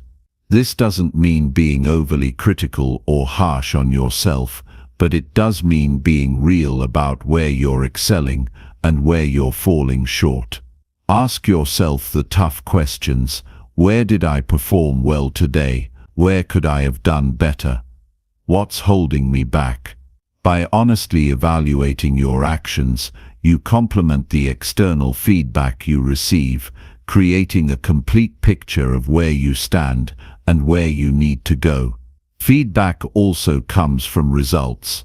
Your actions and outcomes speak volumes about where you are and where you need to improve. Are you hitting your goals? Are you progressing in the areas that matter most to you? If not, it's time to take a step back and evaluate why. Often the results you see in your life are the feedback you need to change your approach. If something's not working, it's an indication that something needs to shift. Use that feedback to pivot and adjust your strategy. It's not a failure, it's information. The ability to interpret and use your own results is just as important as receiving feedback from others. Being receptive to feedback requires emotional maturity. It means not letting your ego interfere with your growth. The truth is, we all have room to improve, and the more we resist feedback, the more we resist progress. It's easy to get stuck in the idea that we're already doing enough, or that we've already reached a certain level of competence. But the moment you stop seeking feedback is the moment you stop growing. When you stop asking, "What could I do better?" you stop improving. Growth is an ongoing process, and feedback is essential in helping you stay on the right path. When you seek feedback, be specific. General feedback, like "you're doing great" or "keep it up," might feel good, but it's not useful for growth. Instead, ask for specific insights that can guide your development. How can I improve my communication skills? Or what do you think I could have done differently in this situation? These specific questions allow the person giving feedback to provide actionable advice that you can apply right away. Another important aspect of seeking feedback is recognizing the value in diverse perspectives. Don't limit your feedback to just one person or one group. Seek feedback from people with different experiences, backgrounds, and viewpoints. This broadens your understanding and helps you see areas for growth that you may have missed otherwise. The more diverse your feedback sources, the more well-rounded your self-awareness will become. Finally, remember that feedback is not a one-time event. It's an ongoing process that should be integrated into your journey. Continuously seek feedback, continuously reflect on it, and continuously adjust. This cycle of feedback, reflection, and action propels you forward on your path to becoming your best self. Growth doesn't happen in a vacuum. It's an interactive process that thrives on the input of others and the honest evaluation of yourself. The more you commit to seeking feedback, the more you open yourself up to improvement, and the faster you will reach the person you are meant to become. Chapter 10. Take responsibility for your actions to unlock potential. Taking responsibility for your actions is one of the most powerful steps you can take to unlock your true potential. It's the cornerstone of personal growth because it shifts you from a position of helplessness to one of control. When you take responsibility for your actions, you stop making excuses. You stop blaming others, circumstances, or even your past. Instead, you recognize that you are the one who has the power to change. You are the one who decides how to react, how to learn, and how to move forward. Responsibility is about taking ownership of both your successes and your failures, recognizing that everything in your life is the result of your decisions, actions, and mindset. It's easy to fall into the trap of believing that the world or other people are the reasons you're stuck. It's easy to look at your past and think that your current situation is the result of things outside your control. But the truth is, every decision you've made has led you to this moment. Yes, external factors do play a role in shaping your life, but how you respond to those factors is entirely up to you. When you take responsibility, you're acknowledging that your actions matter. You begin to realize that you hold the key to creating a different reality for yourself. When you fully embrace responsibility, you empower yourself to take charge of your future. No longer will you be a victim of circumstances. No longer will you let fear or doubt dictate your actions. Instead, you will step into a mindset where you are fully aware that the direction of your life is in your hands. It's no longer about waiting for the perfect opportunity or blaming others for missed chances. It's about recognizing that every moment is a choice, and with each choice you are shaping the future you want to create. Taking responsibility for your actions means owning up to your mistakes and learning from them.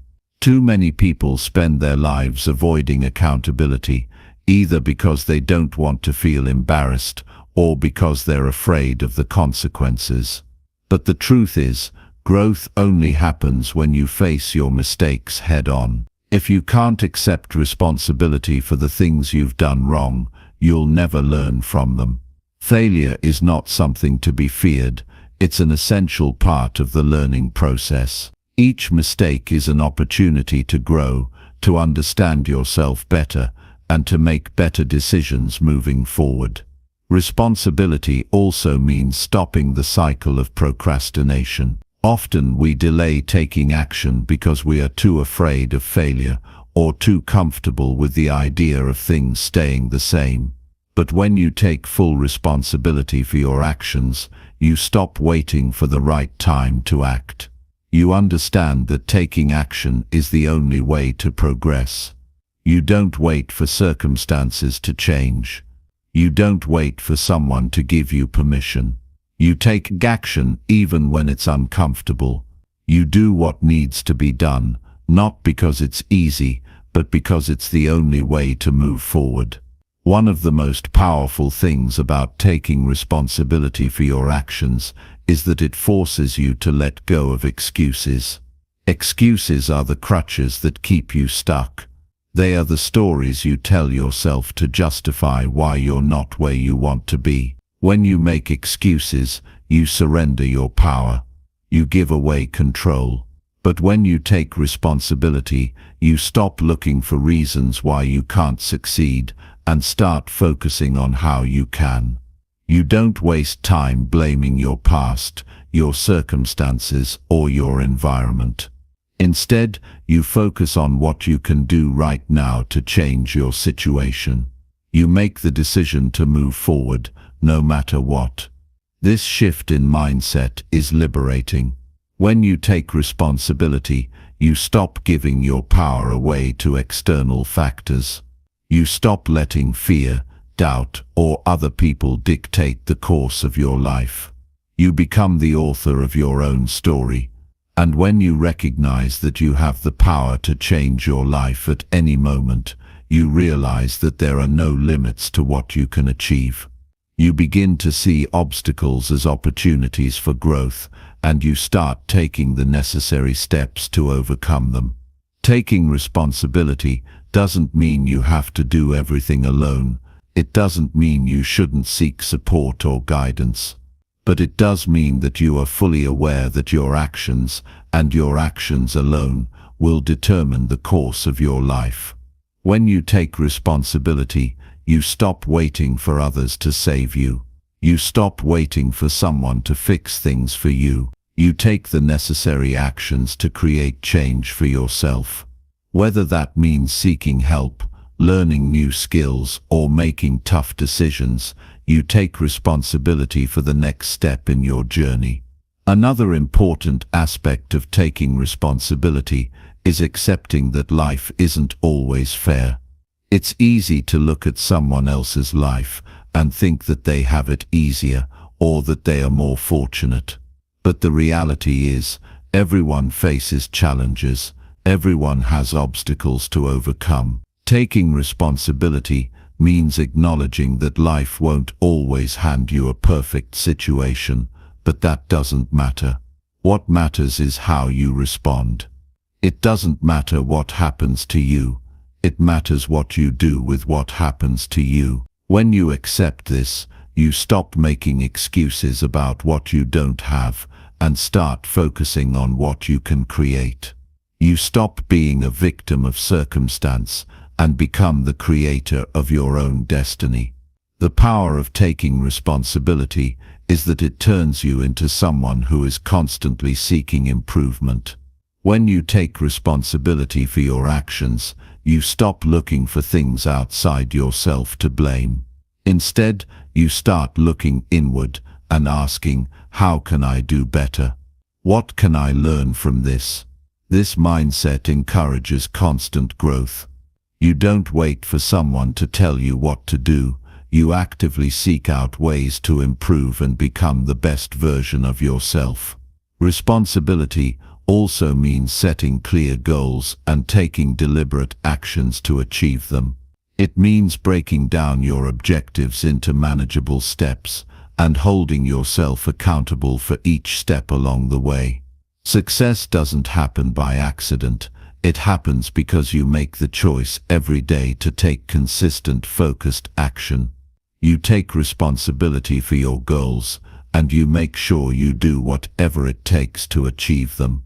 No one else can do it for you. No one else can create the life you want. It's up to you to make it happen. The more you take responsibility for your actions, the more your potential expands. You stop waiting for things to change, and you start making things happen. You stop blaming the past and start creating the future. You stop being reactive and start being proactive. This mindset shift is the key to unlocking your potential. It is the difference between living a life of excuses and living a life of power. When you embrace responsibility, you step into your greatness and take control of the life you were always meant to lead. Chapter 11. Set clear goals to guide your progress each day. Setting clear goals is one of the most important foundations for making steady progress in life. Without clear goals, your efforts become scattered, and your days can pass without any meaningful advancement toward your bigger vision. When you set specific and purposeful goals, you create a roadmap for your actions. Every step you take begins to have a purpose behind it. You are no longer moving through life aimlessly. You are now operating with intention, and that changes everything. Your mind needs direction, the same way a ship needs a compass. Without a clearly defined destination, you drift, you lose energy, you lose focus, you waste valuable time that you could have invested into something meaningful. The act of setting a clear goal forces you to define what you truly want. Many people never pause to ask themselves where they are headed or what they are truly working toward. They work hard, but not always on the right things.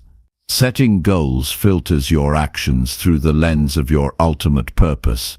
It forces you to prioritize and make decisions that align with where you want to go.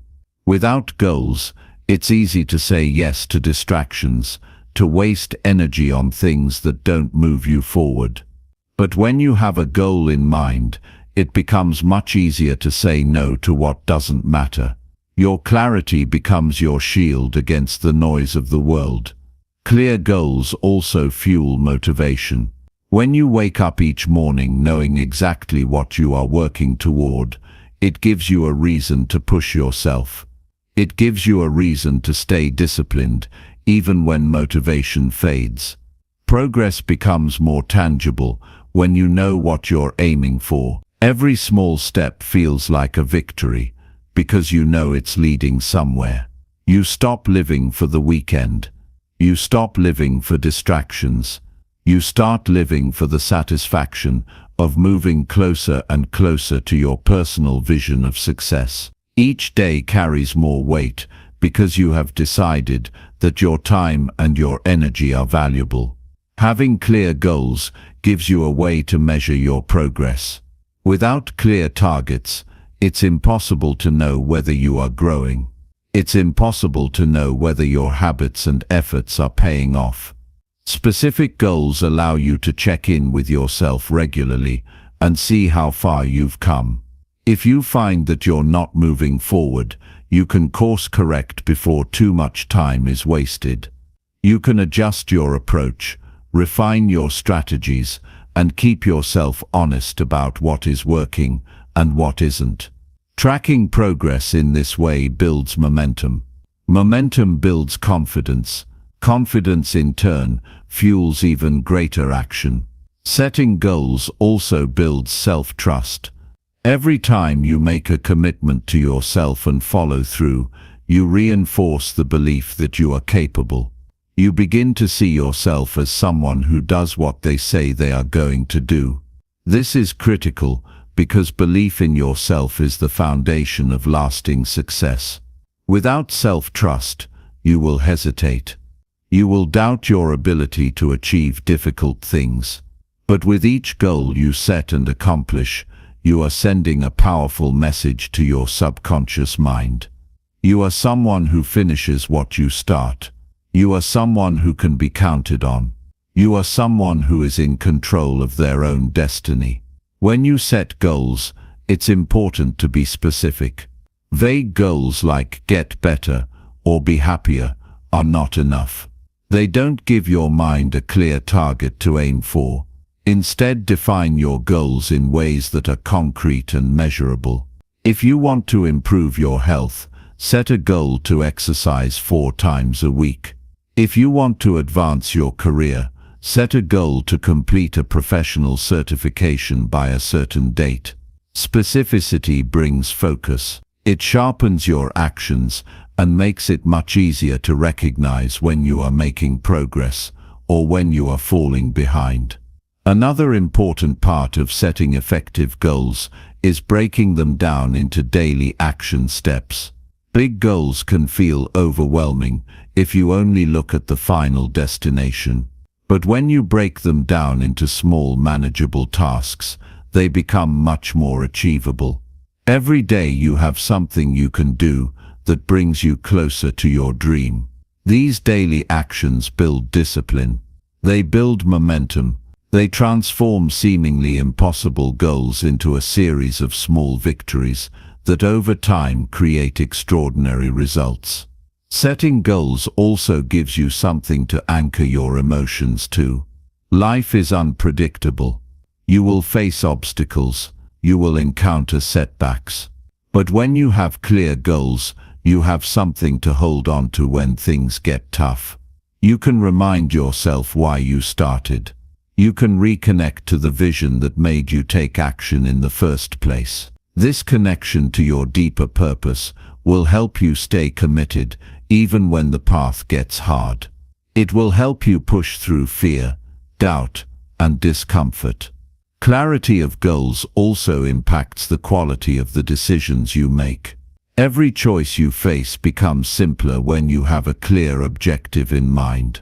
You can ask yourself, does this decision move me closer to my goal or further away from it? This question acts as a filter, helping you stay aligned with your true priorities. It removes unnecessary distractions and makes it easier to stay consistent. The discipline to make small decisions every day that are aligned with your goals compounds into massive growth over time. As you work toward your goals, it's important to periodically review and adjust them. Growth is a dynamic process. As you evolve, your goals may need to evolve as well. What was once important may become less so as your awareness deepens. Regular reflection ensures that you remain connected to goals that truly resonate with the person you are becoming. It prevents you from climbing a ladder only to realize it's leaning against the wrong wall. Stay flexible. Stay honest. Make sure that your goals remain true to who you are and what you genuinely desire. It's also important to celebrate your progress. Every milestone, no matter how small, deserves recognition. Celebrating progress reinforces positive behavior. It gives you the emotional fuel to keep pushing forward. When you acknowledge your own growth, you deepen your motivation to continue. You stop seeing success as a distant, abstract idea and start feeling it as something you are living every day. Your goals should challenge you. They should stretch you beyond what you think is comfortable. Growth never happens inside your comfort zone. By setting goals that require you to expand your skills, your mindset, and your discipline, you accelerate your personal evolution. You begin to realize that you are capable of far more than you once believed. Each time you reach a goal that once seemed out of reach, you build the confidence to aim even higher. Setting clear goals is not just about achieving external success. It's about who you become in the process. It's about developing the discipline, the focus, and the resilience required to bring a vision into reality. It's about proving to yourself that you can live life on your terms, not by accident but by design. Every goal you set and achieve is a step toward becoming the person you are meant to be. Goals are not just about what you get, they are about what you build within yourself. When you start setting clear goals and living intentionally each day, life stops feeling random. You no longer wake up wondering what you should do or where you should go. You know what matters. You know what you are working toward. You know that every action, no matter how small, is moving you closer to your best life. And that clarity transforms everything. It turns ordinary days into stepping stones toward extraordinary achievements. It turns struggle into purpose. It turns dreams into reality. Chapter 12. Cultivate discipline by sticking to your daily commitments. Discipline is not something you are born with. It is something you build, day after day, by consistently sticking to your commitments, no matter how you feel in the moment. Discipline is the bridge between what you want and what you achieve. Without it, even the best intentions collapse under the weight of distractions, excuses, and emotional fluctuations. When you decide to cultivate discipline by honoring your daily commitments, you are making a powerful statement to yourself that your word matters, that your actions are more important than your moods, and that your future is worth the effort it demands. Every time you follow through on a commitment, you are reinforcing the identity of someone who can be trusted, someone who honors promises not just to others but to themselves. It is easy to make commitments when you are feeling motivated and inspired, but the real test of your character is whether you follow through when the excitement fades, when the work feels tedious, and when no one else is watching. It is in these moments that discipline is either strengthened or weakened. Every decision matters, every small victory counts. The key to building lasting discipline is to start with manageable daily commitments. Set goals that stretch you but do not overwhelm you. It is not about doing everything at once. It is about building the habit of follow through one step at a time. If you commit to waking up early, honor it. If you commit to working out, show up even when you don't feel like it. If you commit to learning something new, carve out the time and do it. These small acts of discipline accumulate, and over time they reshape the way you see yourself and the way you interact with the world. Discipline requires you to push against resistance. Your mind will come up with endless reasons why you can skip today's commitment, why it's okay to take it easy just this once. But the path to mastery is paved by those who choose consistency over comfort. Growth happens when you move through resistance, not around it.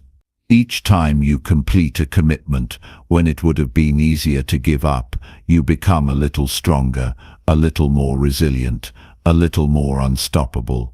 One of the most important aspects of discipline is the ability to act independently of how you feel. Your emotions will fluctuate from day to day, sometimes from hour to hour.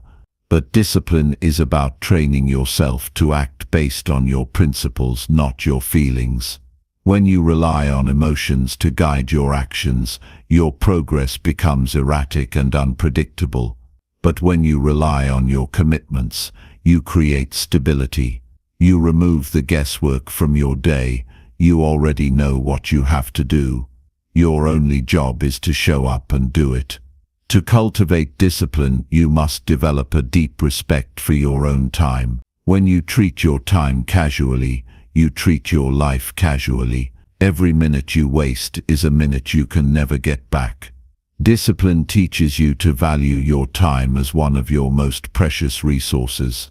It teaches you to use each day intentionally, to allocate your energy toward actions that align with your bigger vision. It transforms your relationship with time from passive consumption to active creation.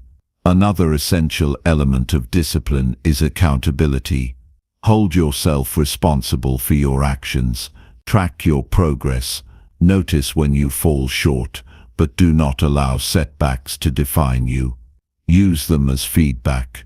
Identify what triggered the lapse in discipline and learn from it. Discipline is not about being perfect. It is about being relentlessly committed to improvement. When you stumble, get back up quickly. Refocus, recommit. Keep moving forward with even greater determination. A disciplined life is a life of freedom. It may seem paradoxical, but the more disciplined you are, the more freedom you create for yourself. Discipline liberates you from the control of your impulses and distractions. It gives you the ability to make choices that align with your long-term goals rather than being a slave to short-term cravings. It gives you the strength to say no to what weakens you and yes to what strengthens you. True freedom is not the absence of responsibility. It is the ability to choose your responsibilities wisely and to honor them consistently. One of the most powerful ways to maintain discipline is to connect deeply to your reasons for your commitments. When you have a strong enough why, the how becomes easier. Remind yourself daily why you started, why it matters, and what is at stake. Connect emotionally to the future you are building. Visualize the person you are becoming through your discipline. Let that vision pull you through the moments of doubt, boredom, and fatigue. Your discipline is not just about what you do each day, it is about who you are choosing to become. Creating systems can also support your discipline. Systems remove the need for constant decision-making. They automate good behavior. For example, if you commit to exercising daily, schedule your workouts at the same time each day. Make it non-negotiable. If you commit to learning, have a set time and place for studying. Discipline thrives in environments that are structured to support success. Design your surroundings, your routines, and your habits to make discipline the path of least resistance. Your mindset toward discipline also matters. Do not view discipline as punishment or deprivation. See it for what it truly is, an act of self-respect and self-love. You are not being hard on yourself by sticking to your commitments. You are honoring your highest potential. You are choosing to invest in yourself at the deepest level. You are refusing to settle for a life of regret and mediocrity. Discipline is a gift you give yourself, and its rewards are profound. As you build discipline, you will notice that your confidence grows. Confidence is not built through talk or wishful thinking. It is built through action, through the repeated experience of setting a goal and achieving it. With each commitment you honor, you prove to yourself that you are capable. You silence the doubts and fears that once held you back. You realize that you do not need to wait for ideal conditions or perfect motivation. You have the power to act now, to do what needs to be done, regardless of the circumstances. Daily discipline creates unstoppable momentum. Each disciplined action compounds over time, leading to exponential growth. What once felt difficult becomes natural. What once seemed impossible becomes inevitable. You transform your habits, your mindset, and your results. You realize that success is not a mystery, it is a predictable outcome of disciplined living. It is available to anyone willing to pay the daily price of consistency, effort, and commitment. When you cultivate discipline by sticking to your daily commitments, you are taking control of your life at the most fundamental level. You are no longer drifting, you are steering. You are no longer reacting, you are creating. You are building a future that is worthy of your highest aspirations. The process is not always easy, but it is always worth it. Each disciplined day brings you closer to the life you were meant to live. Each disciplined choice shapes you into the person you were destined to become. Through discipline you unlock the doors to a life of meaning, achievement, and fulfillment. Through discipline you become unstoppable. Chapter 13. Push past fear to unlock new levels of growth. Fear is one of the greatest barriers between you and the life you are capable of creating. It disguises itself in many forms: hesitation, self-doubt, procrastination, excuses. But at its core, fear is simply the mind's attempt to protect you from discomfort and uncertainty. The problem is that growth and greatness live in the very places fear tells you to avoid.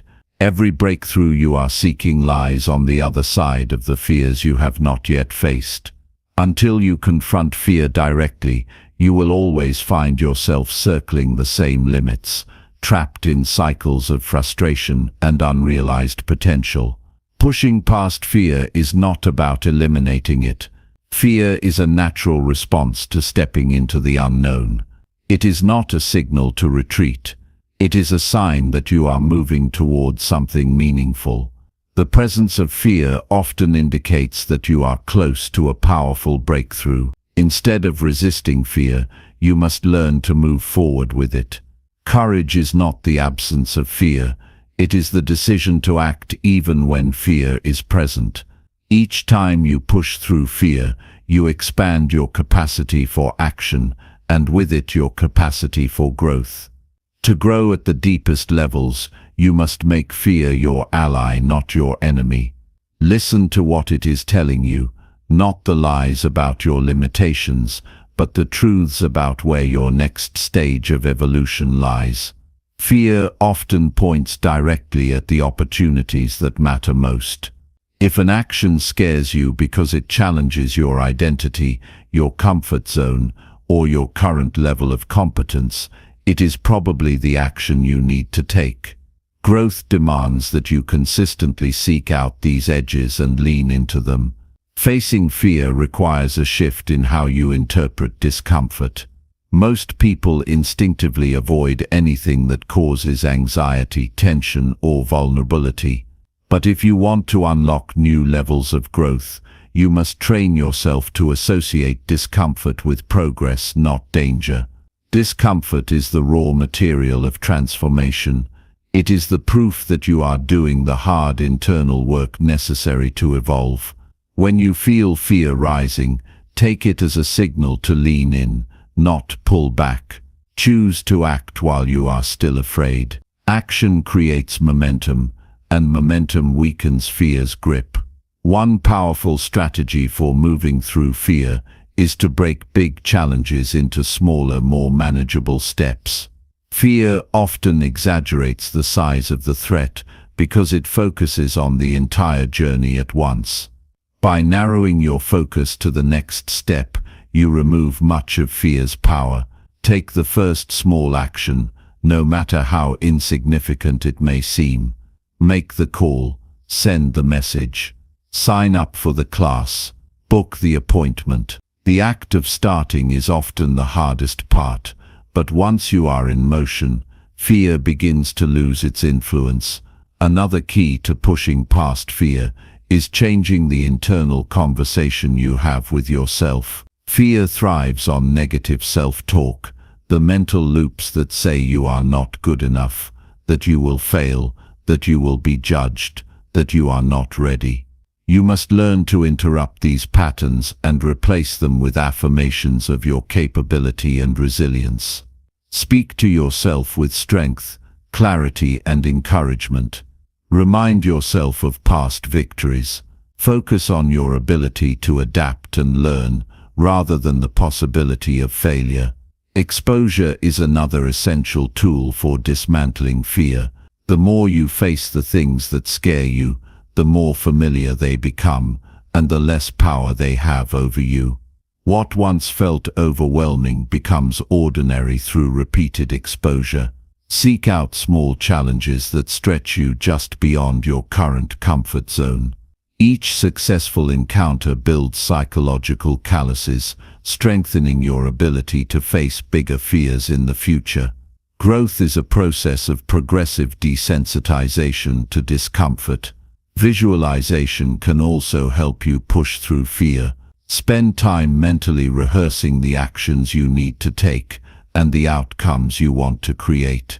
See yourself succeeding, moving through challenges with confidence, handling setbacks with grace. Visualization primes your mind to expect positive results, which makes it easier to take bold action when the time comes.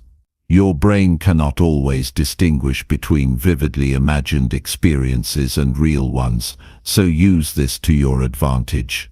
Program yourself to move through fear with calm and determination. It is important to recognize that failure is not the enemy. It is part of the process. Fear often paralyzes people because they believe that failing would be catastrophic, that it would define them as inadequate or unworthy. But failure is simply feedback. It is information about what works and what doesn't. Every successful person has a trail of failures behind them, not because they were fearless, but because they acted in spite of fear and were willing to learn from every outcome. When you stop fearing failure, you free yourself to take the risks necessary for extraordinary growth. Accountability can also help you face your fears. Share your goals and challenges with someone you trust, someone who will encourage you but also hold you to your commitments. Knowing that someone else is watching can give you an extra layer of motivation to push through fear rather than give in to it. Sometimes when your own courage falters, the expectations you have set with others can help you find the strength to move forward anyway. Celebrate every victory over fear, no matter how small. Each time you act with courage, acknowledge it. Recognize that you are building a new pattern, rewiring your brain for boldness rather than avoidance. The more you celebrate your courageous actions, the more you reinforce the identity of someone who acts in the face of fear. Identity drives behavior, and over time you will find that what once terrified you now energizes you. Ultimately, pushing past fear is an act of reclaiming your power. It is a declaration that you refuse to be ruled by the primitive parts of your brain that seek only safety and predictability. It is a choice to live fully, to pursue your potential without apology or hesitation. Fear will always whisper in the background, but it does not have to dictate your actions. You get to decide what you do with fear. You can bow to it, or you can use it as fuel. You can shrink, or you can expand. You can stay stuck, or you can move forward boldly. Growth demands that you choose expansion over contraction again and again. It demands that you see fear not as a warning to retreat, but as a signpost pointing toward your greatest opportunities. Each time you act in spite of fear, you grow stronger. Each time you lean into discomfort, you expand your world. Each time you refuse to let fear dictate your decisions, you move closer to the life you are capable of living. Fear will always be part of the journey, but it does not have to control the destination. Choose to push past it. Choose to rise. Choose to unlock new levels of growth. Chapter 14. Learn from failure and turn it into success. Failure is often misunderstood. Too many people see it as a final verdict rather than a necessary stage in the process of becoming who they are meant to be. But if you look closer, failure is one of the most powerful teachers you will ever encounter.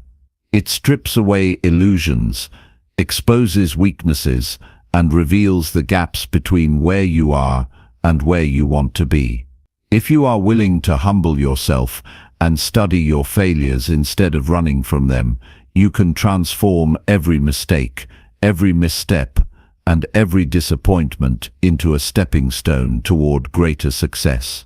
Learning from failure starts with changing your attitude toward it. You must stop seeing failure as proof that you are incapable or unlucky, and start seeing it as evidence that you are pushing your limits.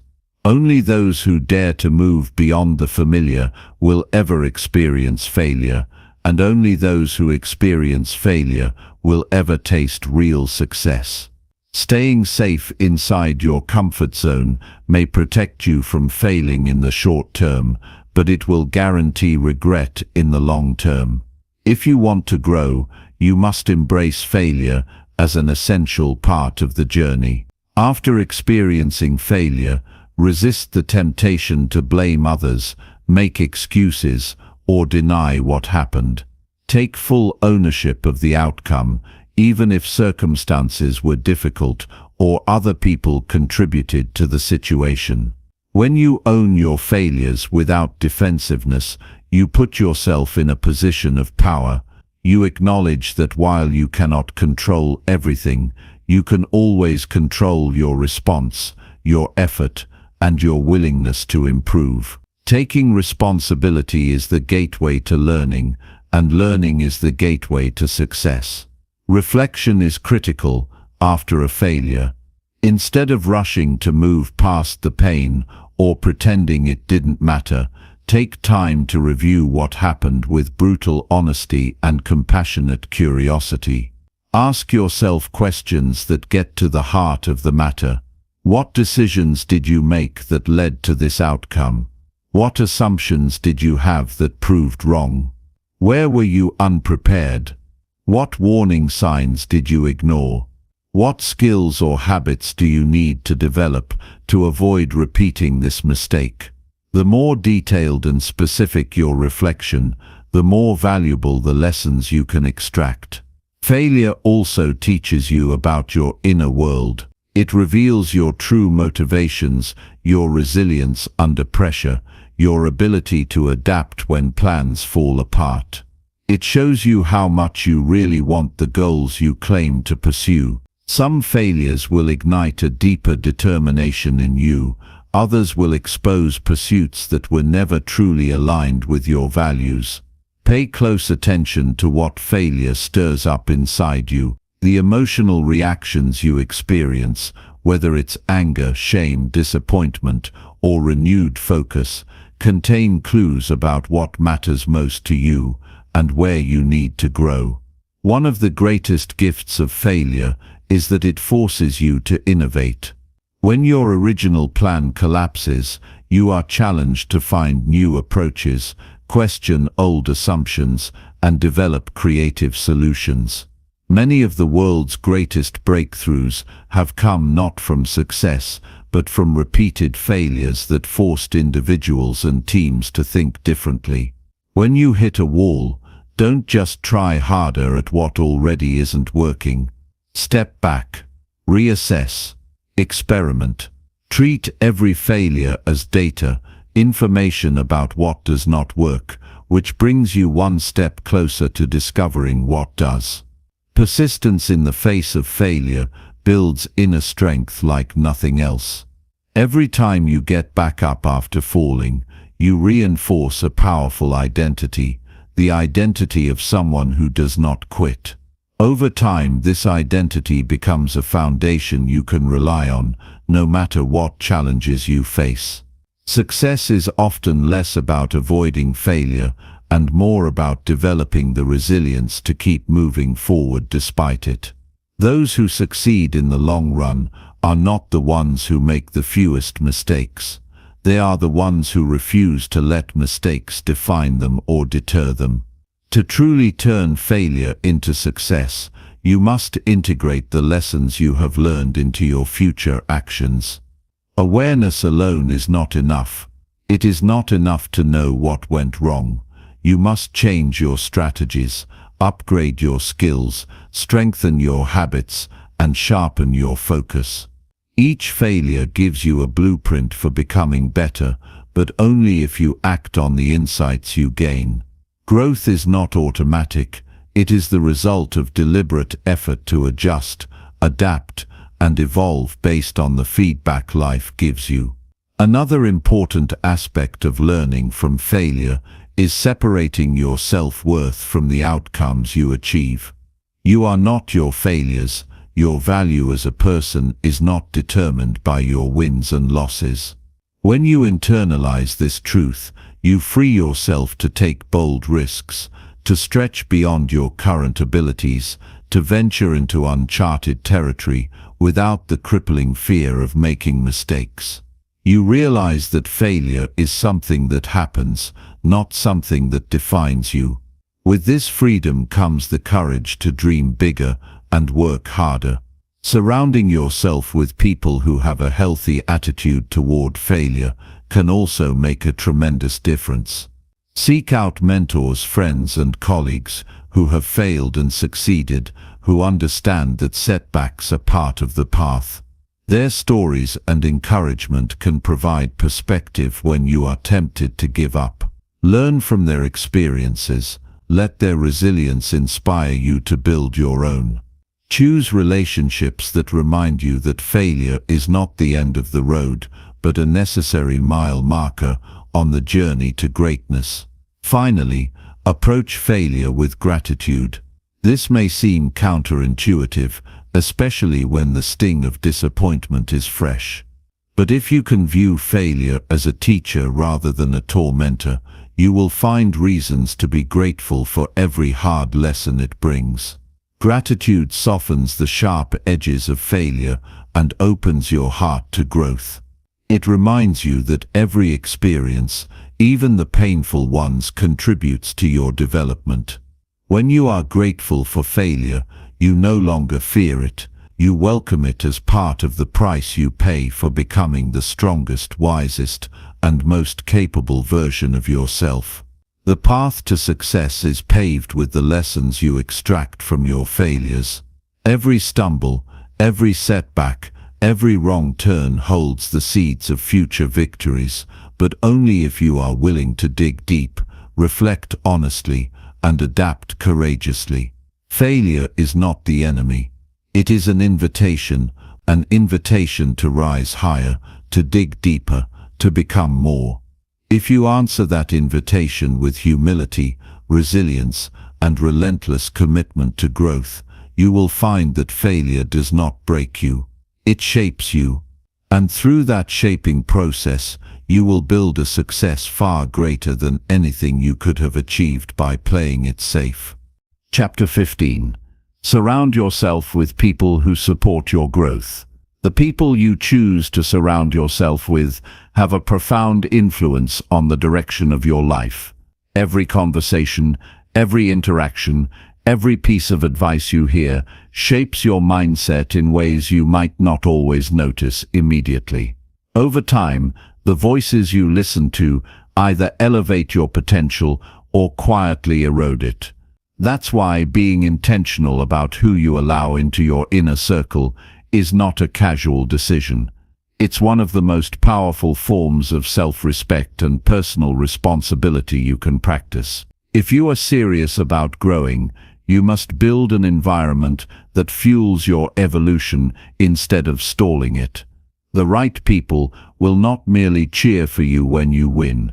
They will challenge you to stretch yourself beyond what feels comfortable. They will hold you accountable to your highest standards, even when you feel tempted to settle.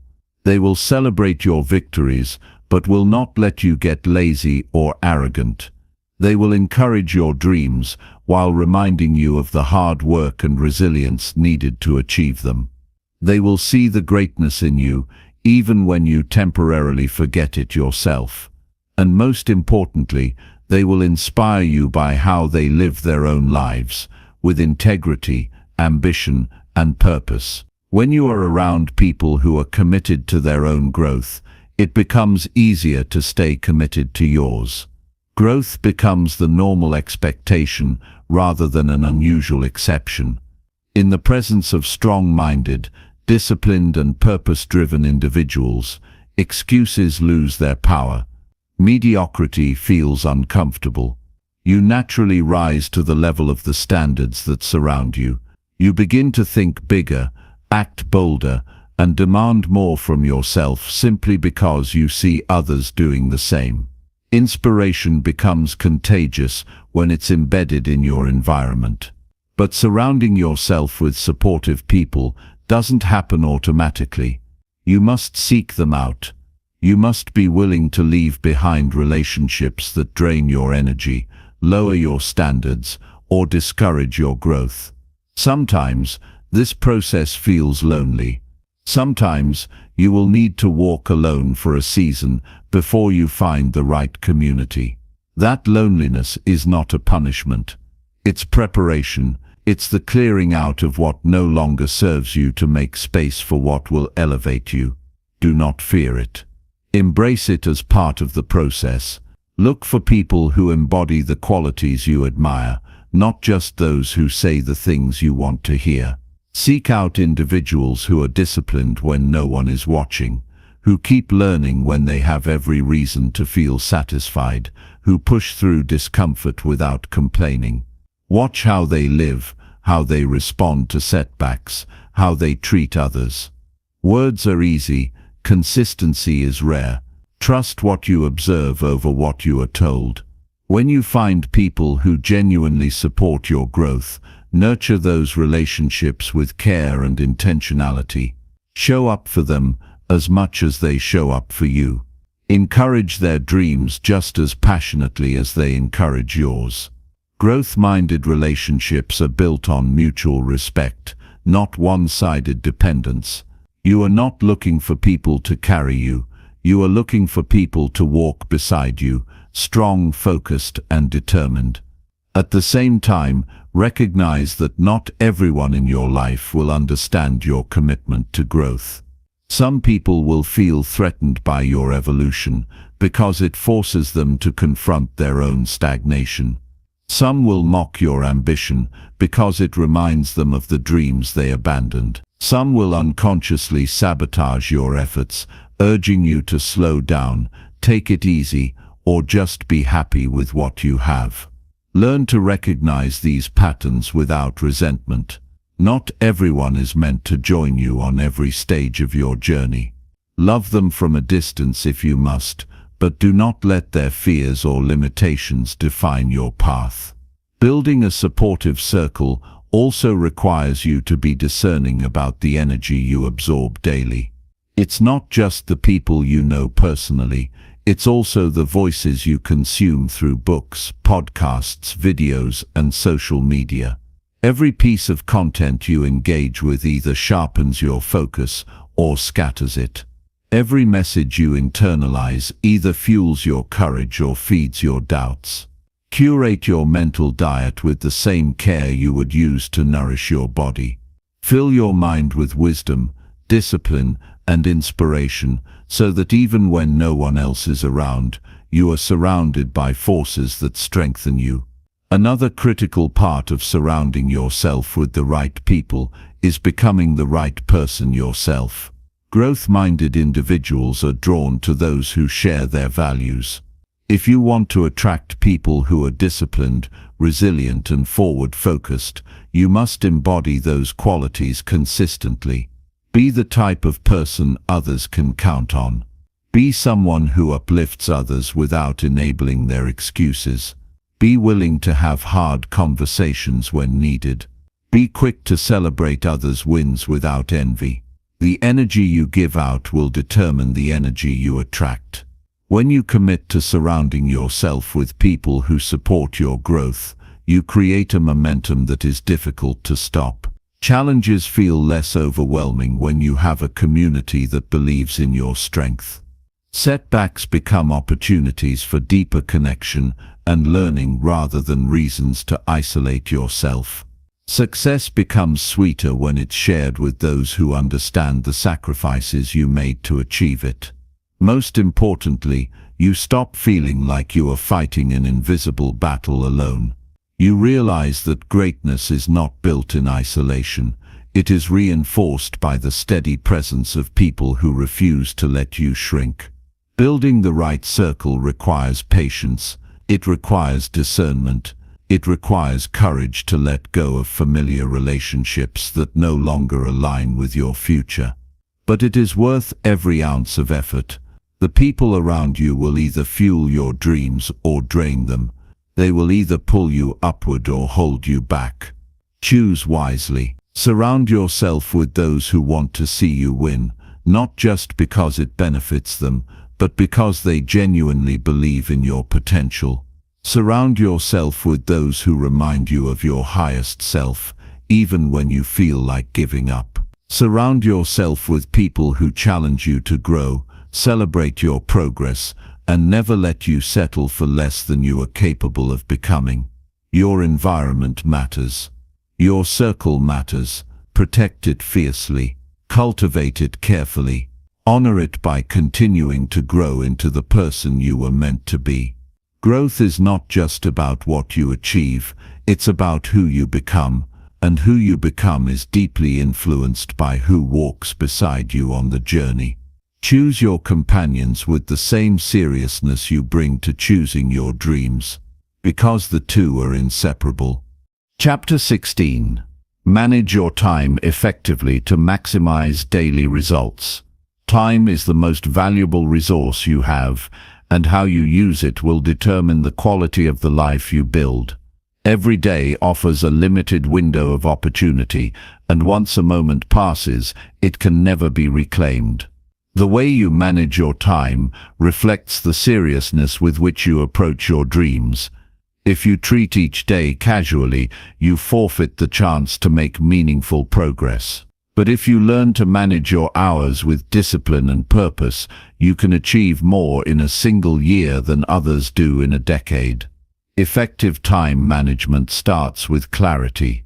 You must know exactly what matters most to you. Without clear priorities, it is easy to spend hours reacting to distractions and handling other people's emergencies while your own goals get neglected. Begin each day by identifying your top priorities. What must get done today to move you closer to your vision? What tasks, if completed consistently, will create the future you desire? If you don't define these answers clearly, your days will be filled with busyness but not progress. Once your priorities are set, protect your time ruthlessly. Treat your important tasks as non-negotiable appointments with your future. Don't allow interruptions to steal your focus. Learn to say no to requests that do not align with your highest goals. This does not make you selfish, it makes you responsible. Every yes you give to something unimportant is a no to something vital. Be conscious of the trade-offs you are making with every decision. Break your big goals into manageable daily actions. Huge objectives often feel overwhelming, but consistent small steps make them achievable. Structure your days around these steps. Block out specific periods of time dedicated to your most critical work and stick to those blocks with discipline. During these periods, eliminate all distractions, turn off notifications. Put your phone out of reach. Create an environment that supports deep, focused work. It's also essential to understand that not every hour is created equal. Pay attention to your natural energy rhythms. Some parts of the day you may feel more alert, creative and motivated. Other times you might feel sluggish or distracted. Schedule your most demanding work during your peak hours whenever possible. Use your lower energy times for simpler, less intensive tasks. By aligning your activities with your energy patterns, you maximize both the quantity and quality of your results. One of the biggest time wasters is decision fatigue. If you spend too much mental energy deciding what to do next, you lose momentum. Plan your days in advance. Before you end each day, take a few minutes to write down your top 3 priorities for tomorrow. When you wake up, you'll already know what you need to tackle. This simple habit can dramatically boost your productivity over time. Another key to managing your time effectively is building strong routines. Habits automate discipline. When you turn important tasks into daily rituals, you conserve mental energy and make consistent progress without relying solely on motivation. Morning routines, evening reviews, dedicated work sprints, these structures anchor your days and make success inevitable. Managing your time well also requires you to be realistic. Don't overcommit. Don't pretend you can cram 16 hours of work into an 8-hour window without consequences. Being busy is not the same as being productive. Focus on doing fewer things, but doing them better. Quality over quantity will always win in the long term. Remember to include time for rest and renewal. Burnout destroys more dreams than lack of talent ever could.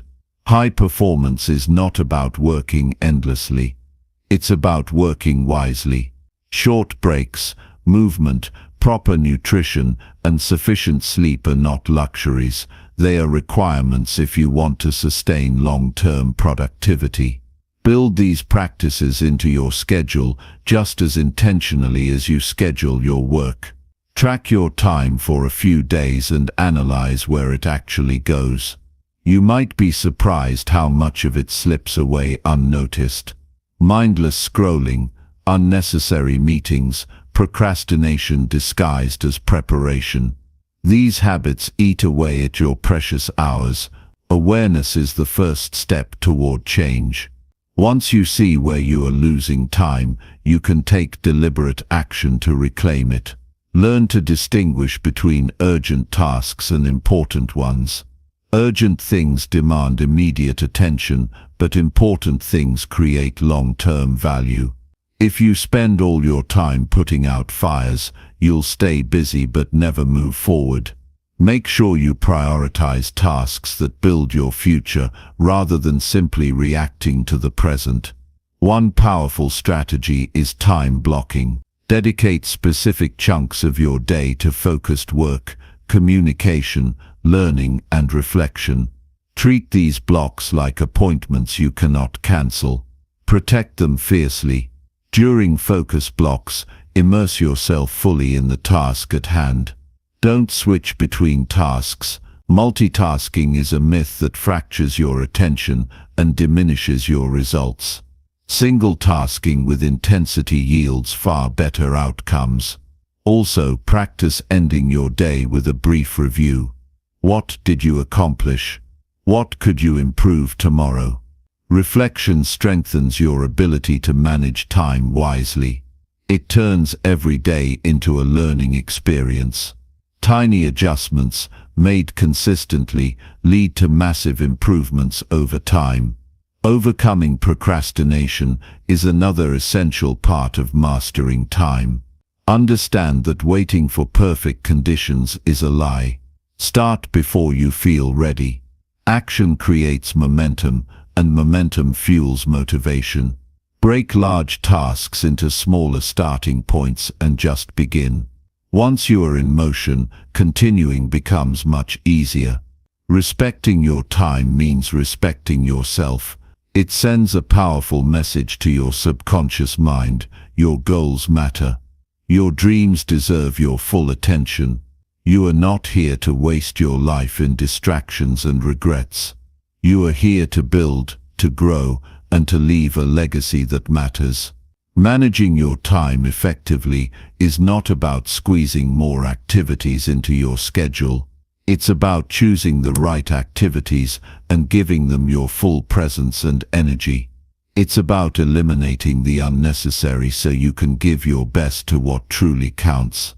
It's about living intentionally rather than drifting aimlessly. Every minute you invest in managing your time better compounds into greater achievements. Small improvements today lead to extraordinary results over months and years. You don't have to overhaul your entire life overnight. Start with 1 hour of deep focus. Start with one task completed with full effort. Start with 1 day of honoring your priorities instead of reacting to distractions. Growth happens one disciplined day at a time. The future you want is built in the time you have right now. Protect it. Use it wisely. Honor it with action. Your dreams are waiting for you to become the person who treats every moment as an opportunity to move closer, stronger, and faster toward them. Time is not something you manage once and forget. It is a lifelong practice of paying attention, adjusting, and improving. Master it, and you master your destiny. Chapter 17. Reflect regularly to understand and improve your path. Progress without reflection is like sailing without a compass. You might be moving, but you won't know if you are heading in the right direction. Regular reflection acts as a guide that keeps you aligned with your purpose, your goals, and your highest potential. Without stepping back to assess your actions, habits, and decisions, it's easy to drift off course without even realizing it. Growth isn't just about doing more, it's about doing better, and doing better starts with understanding where you are and why you are there. Reflection demands honesty. It requires you to confront your wins and your mistakes, without ego, without defensiveness, without excuses. When you reflect regularly, you gather the lessons that experience is trying to teach you. You see patterns that were previously invisible. You notice behaviors that help you move forward, and habits that quietly sabotage your progress. Without this awareness, improvement remains random and inconsistent. With it, you can make deliberate adjustments that accelerate your development. Reflection doesn't have to be complicated.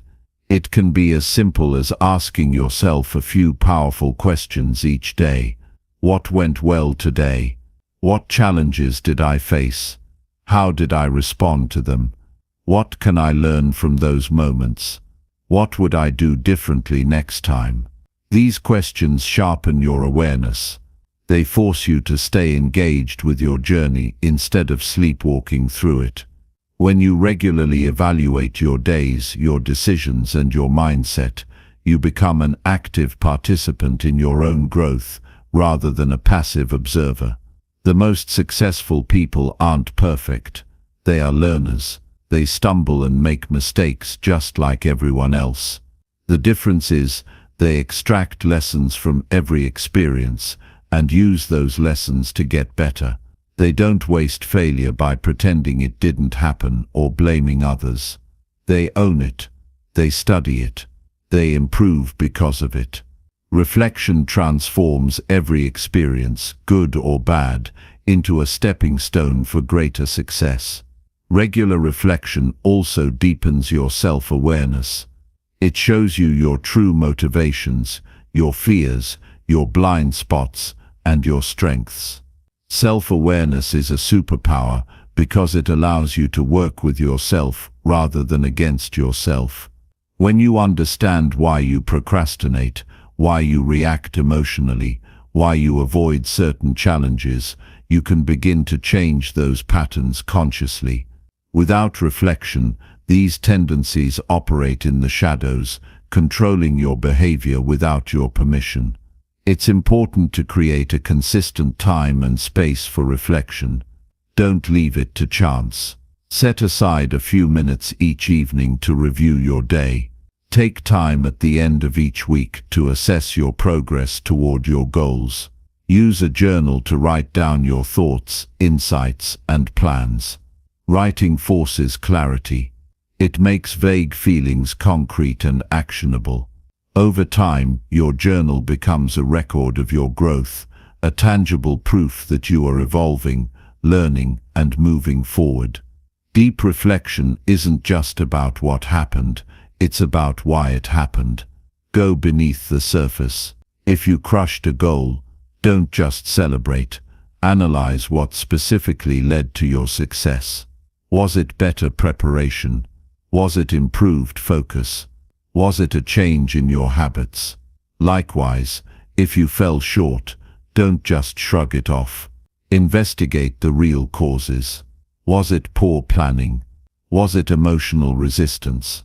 Was it a lack of clarity? Reflection turns vague outcomes into clear lessons. You must also be willing to reflect on your goals themselves. Sometimes you pursue objectives that no longer align with who you are becoming. Regular reflection helps you notice when it's time to adjust your direction. It keeps you flexible without being fickle. Being committed to growth doesn't mean stubbornly clinging to outdated goals. It means being committed to the deeper mission behind those goals, your growth, your contribution, your fulfillment, and adjusting your strategies as needed. Reflection gives you perspective. In the heat of daily life, it's easy to get caught up in minor frustrations and lose sight of the bigger picture. Stepping back allows you to see how far you've come. It reminds you that temporary setbacks are just that, temporary. It helps you maintain patience and persistence when progress feels slow. It anchors you in a longer-term view, which is essential for sustaining motivation through inevitable challenges. You also sharpen your decision-making skills through reflection. By analyzing past choices and their outcomes, you train your mind to make better decisions in the future. You start to notice patterns, the conditions under which you make great choices, and the situations where you are prone to mistakes. This meta-awareness enhances your ability to respond wisely instead of reacting impulsively. Better decisions, compounded over time, create extraordinary results. Reflection strengthens your emotional resilience. It allows you to process disappointments constructively instead of suppressing them. It helps you find meaning even in hardship, turning adversity into fuel for greater growth. When you take time to understand your emotions rather than being ruled by them, you cultivate a deeper inner strength that cannot be shaken easily by external circumstances. It's important not to turn reflection into self-judgment. The goal isn't to criticize yourself relentlessly. The goal is to observe yourself objectively, with a mindset of curiosity and compassion. You are not reflecting to find reasons to beat yourself up. You are reflecting to find opportunities to grow stronger, wiser, and more effective. Approach the process with kindness and commitment to improvement. Over time, regular reflection builds confidence. Real confidence isn't based on pretending you have everything figured out. It's based on knowing that whatever challenges come your way, you have the ability to learn, adapt, and overcome them. Reflection reinforces this belief. It shows you, again and again, that you are capable of growth, that you can turn mistakes into wisdom, that you can turn setbacks into comebacks, that you are in control of your journey even when circumstances are tough. The discipline of regular reflection separates those who drift through life from those who build lives of meaning and excellence. It turns experience into advantage. It transforms failure into fuel. It sharpens your focus, strengthens your discipline, and deepens your sense of purpose. It's not glamorous. It's not something others will applaud you for, but it's one of the most powerful practices you can adopt if you are serious about living a life of growth, achievement, and fulfillment. The time you invest in reflection compounds just like the time you invest in action. Together, they form an unstoppable cycle of learning, adapting, and advancing. Reflect consistently, and you will evolve consistently. Your future is shaped not just by what you do, but also by what you learn from what you do. Reflection is the bridge between action and improvement. Cross that bridge daily. and no obstacle will be able to hold you back for long. Chapter 18. Take calculated risks to push your limits further. Growth doesn't happen inside comfort zones. It happens when you step beyond what feels safe, familiar, and easy. Taking calculated risks is one of the most powerful ways to push your limits and discover what you are truly capable of. It's not about being reckless or impulsive. It's about making thoughtful decisions that challenge you to expand your abilities, strengthen your courage, and open doors to new possibilities that would have remained closed if you stayed where it was comfortable. Calculated risk-taking begins with understanding that safety often carries a hidden cost. The cost of staying safe is usually stagnation.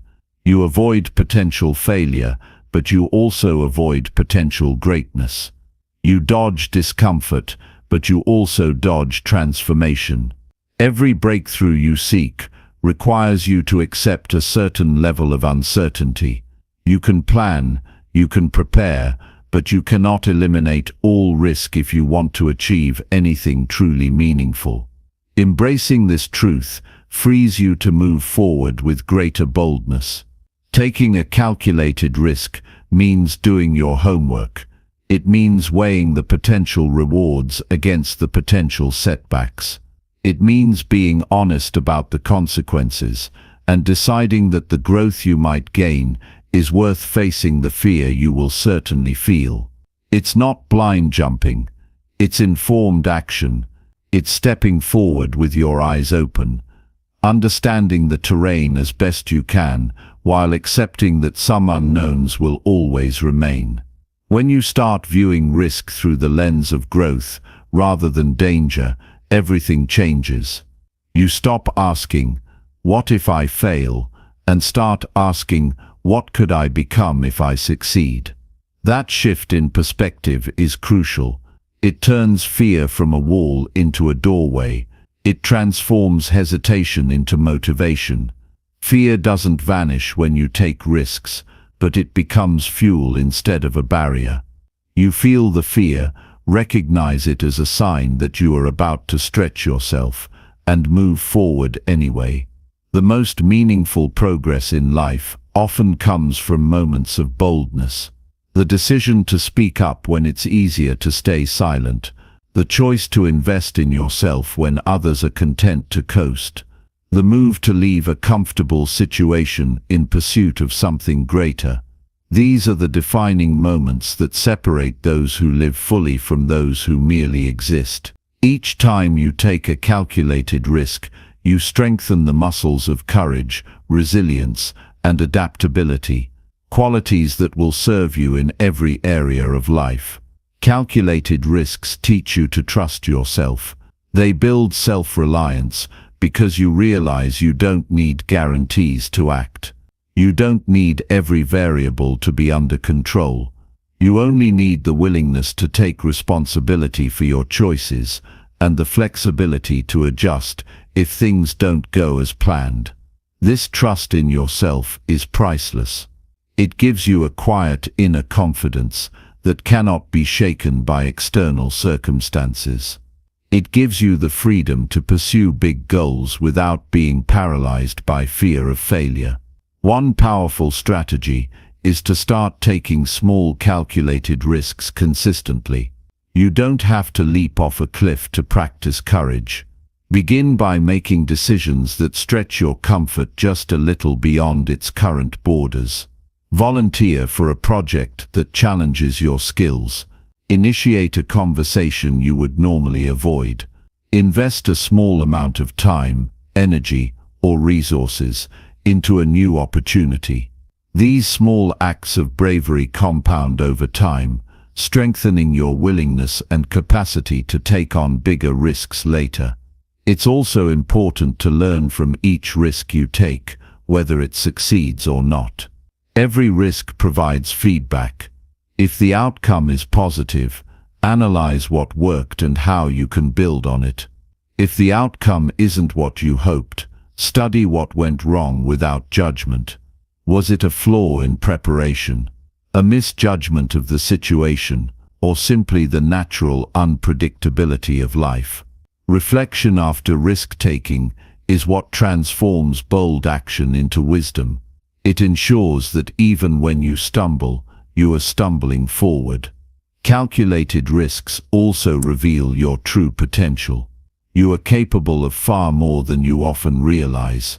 But you can only discover your hidden strengths by placing yourself in situations that require them. Comfort doesn't reveal your character. Challenge does. Facing uncertainty and taking action despite fear brings out resourcefulness, determination, and creativity you didn't know you had. Each time you succeed in pushing past your old limits, your self-image expands. You no longer see yourself as someone who merely dreams. You see yourself as someone who acts. There will always be voices, both external and internal, urging you to play it safe. People may project their own fears onto you. Your own mind may whisper warnings of imagined dangers. Recognize these voices for what they are. Attempts to keep you small. Thank them for trying to protect you, and then move forward anyway. You don't need their permission to grow. You only need your own commitment to living fully and courageously. Taking calculated risks does not mean ignoring prudence. It means balancing boldness with wisdom. It means preparing thoroughly and acting decisively. It means understanding that risk and reward are inseparable. You minimize unnecessary risks through preparation, but you never eliminate all risks, because doing so would also eliminate all real opportunities for growth. You also build resilience through risk-taking. Not every risk will pay off immediately. Some will bring setbacks. Some will hurt. But by taking ownership of your choices and learning from every outcome, you develop the kind of inner toughness that can't be taught by theory alone. You earn it through experience.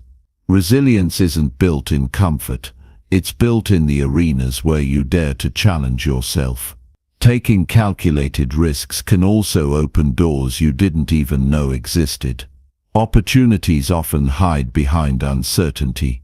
When you move toward the unknown, you encounter new people, ideas, and possibilities that would have remained invisible had you stayed still.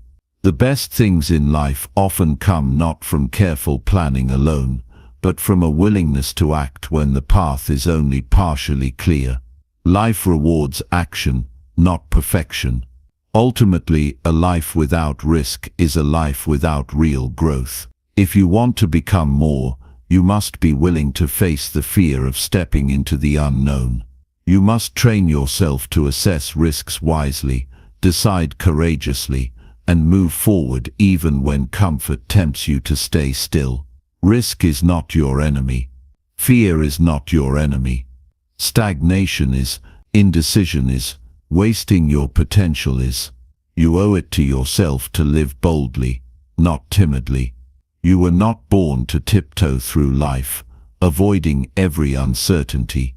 You were born to discover what you are capable of. You were born to stretch the boundaries of your comfort zone until it becomes as wide as your dreams. And the way you do that is by taking calculated risks again and again, trusting that every step beyond what feels safe is a step toward who you were meant to become. Push your limits. Trust your growth. Embrace the challenge. The life you truly want is waiting on the other side of the risks you are willing to take today. Chapter 19. Stay consistent even when motivation is low or absent. Motivation is a powerful feeling, but it's unreliable. It comes and goes without warning. Some days you wake up energized, ready to tackle everything in your path. Other days you feel empty, uninspired, and disconnected from your goals. If you base your actions on how motivated you feel, your progress will be inconsistent and unpredictable. Success doesn't belong to those who act when they feel like it. Success belongs to those who act even when they don't. The real difference between those who achieve great things and those who don't is not found in bursts of excitement, but in steady, disciplined action regardless of mood. Staying consistent when you don't feel motivated demands a deeper commitment to your mission. It requires you to understand that feelings are temporary, but the results of your actions are lasting. On the days when motivation is low, you must lean on discipline, not emotion. Discipline becomes your anchor. It reminds you that showing up matters more than feeling excited. Discipline whispers, "Do it anyway," when your mind tries to make excuses.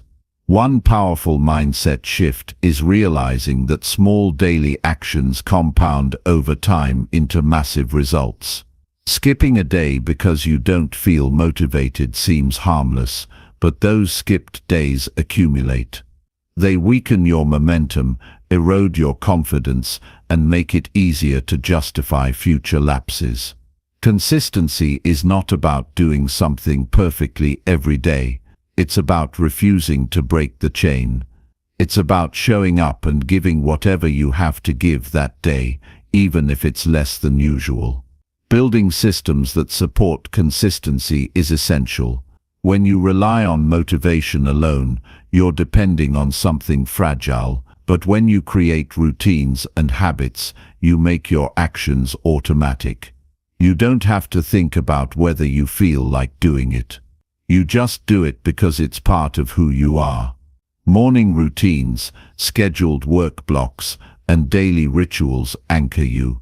They eliminate the decision-making process and reduce the friction between intention and action. Accountability can also be a strong ally. When you commit to a goal privately, it's easy to let yourself off the hook. When you involve others, a mentor, a friend, a community, you add an extra layer of responsibility. You're no longer just letting yourself down when you skip a day, you're breaking a promise to others. That pressure can help keep you moving when your inner fire dims.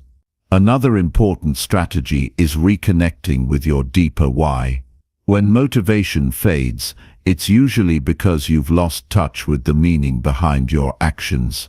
Remind yourself daily why you started. Visualize the long-term rewards of staying committed. Imagine the person you are becoming through your consistency. Motivation might not spark immediately, but reconnecting with purpose strengthens your resolve to keep going. Lowering the entry barrier can help too. When you feel unmotivated, the task ahead often feels overwhelming. Break it down into smaller, more manageable steps. Commit to just 5 minutes. Tell yourself, "I'll just start." Often starting creates momentum. Action breeds motivation far more reliably than waiting for motivation to breed action. Once you're moving, it becomes easier to keep moving. You must also accept that low motivation days are part of the journey. They are not signs that you are failing. They are not warnings to quit. They are tests of your character. Your ability to stay consistent when the excitement is gone proves to yourself that you are serious. It solidifies your identity as someone who follows through no matter what. When motivation is absent, focus on process over outcome. Instead of obsessing over how far you still have to go, concentrate on completing today's task. Keep your world small when your energy is low. Win the next decision. Do the next right thing. Trust that these small victories will compound and that motivation will eventually return as a reward for your persistence. It's also helpful to separate your feelings from your identity. Feeling tired, bored, or uninspired does not mean you are weak or incapable. It means you are human. Emotional states fluctuate. They are weather patterns, not permanent realities. You are not your feelings, you are the actions you take in spite of them. Every time you act against apathy, You reinforce the belief that you are someone who can be trusted to stay the course. Some of your most important work will happen when you feel the least inspired, because it's in those moments that you build resilience. You build the ability to endure. You develop mental toughness that no external cheerleader can give you. That kind of strength is priceless because it means you can be relied on in any circumstance, not just when the sun is shining and the winds are favorable. You should also practice self-compassion while demanding high standards from yourself. Being consistent doesn't mean being brutal toward yourself on tough days. It means honoring the commitment without self-punishment. It's recognizing that some days your best will be better than others, but what matters most is that you continue to give your best for that day. The goal is to keep the habit alive, even if the intensity must temporarily adjust. Staying consistent when motivation is low requires you to redefine success. Success is not a feeling, it's a decision. It's the choice to keep showing up even when you're tired, bored, discouraged, or distracted. It's the quiet determination to honor your commitments to yourself even when no one else is watching. It's the steady application of effort day after day, stacking tiny bricks of progress until you've built something extraordinary. Eventually, the discipline you forge in these low motivation moments becomes a massive competitive advantage. Most people quit when motivation disappears. They stop showing up. They let a bad mood or a bad day turn into a bad week or a bad month. But if you stay consistent, you separate yourself from the majority. You build a foundation of reliability and perseverance that makes achieving your goals inevitable over time.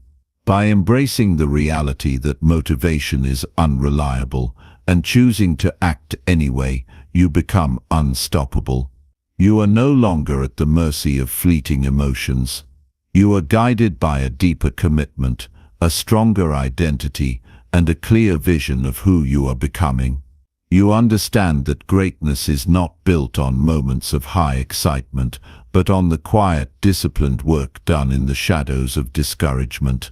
Consistency in the absence of motivation is where true transformation happens. It's where dreams stop being fantasies and start becoming realities. Every action you take when you least feel like it is an investment in the life you are creating. It is a statement to yourself and the world that you are serious, that you are resilient, and that nothing, not even the ebb and flow of your own feelings, will stop you from becoming the person you were meant to be. Keep going. Keep building. Keep trusting the process. The results will come because you will have earned them, one disciplined action at a time. Chapter 20. Celebrate every small victory to build momentum daily. Most people chase big victories, thinking that only the massive milestones deserve celebration. They wait until the end of the journey to allow themselves to feel proud, to acknowledge how far they've come. But this mindset robs them of the energy they need along the way. Progress isn't just made in giant leaps. It's built brick by brick, one small step at a time. Every small victory matters. Every tiny accomplishment deserves recognition because it fuels the next action and the next and the next after that. Momentum is created by honoring your growth daily, not by waiting for some distant endpoint. Celebrating small wins trains your mind to notice progress instead of problems. It rewires your focus. Instead of obsessing over how far you still have to go, you start appreciating how far you've already come. That change in focus is powerful. It transforms frustration into motivation. It turns impatience into persistence. When you acknowledge even the smallest improvements, you reinforce the belief that what you are doing matters and that you are capable of achieving more. Success is often invisible in the beginning stages. The results are small, the changes are subtle, and the outside world may not even notice. But just because something is small doesn't mean it's insignificant. Think about a seed growing underground. No one sees the roots forming. No one applauds the invisible progress. Yet without that unseen work, the visible growth would never happen. Your small daily victories are just like that. They are the roots of your future success. They need your attention, your acknowledgement, and your celebration. When you celebrate small wins, you build confidence. Each small success acts as proof that you are moving forward, that your efforts are paying off. Confidence doesn't appear from thin air. It is built by recognizing that your actions lead to results, no matter how minor those results might seem. Confidence grows when you stop dismissing your progress and start honoring it. It grows when you treat every forward step as a reason to keep going, rather than a reason to criticize yourself for not being faster. Celebrating small victories also keeps the journey enjoyable. Growth is not supposed to be a miserable, punishing experience. If you only allow yourself to feel good once you've achieved some enormous goal, you will spend most of your life feeling like a failure. But if you find reasons to celebrate every day, a completed task, a workout finished, a tough conversation handled with grace, you create a positive emotional connection to your goals. That positive emotion becomes a renewable source of energy that carries you through the inevitable challenges. You don't have to throw a party for every small win, but you do have to pause and acknowledge it. Take a moment to say, "That mattered." Write it down. Smile to yourself. Share the victory with someone who supports you. Reward yourself in a way that strengthens your commitment to your bigger vision. Maybe you finish a long project and treat yourself to a walk outside. Maybe you hit a personal record and take a few minutes to savor the feeling.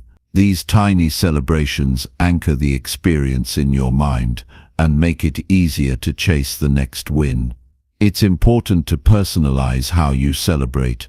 Find what makes you feel energized and validated. Some people love tracking progress visually, crossing off days on a calendar, filling in a progress chart, marking milestones on a board.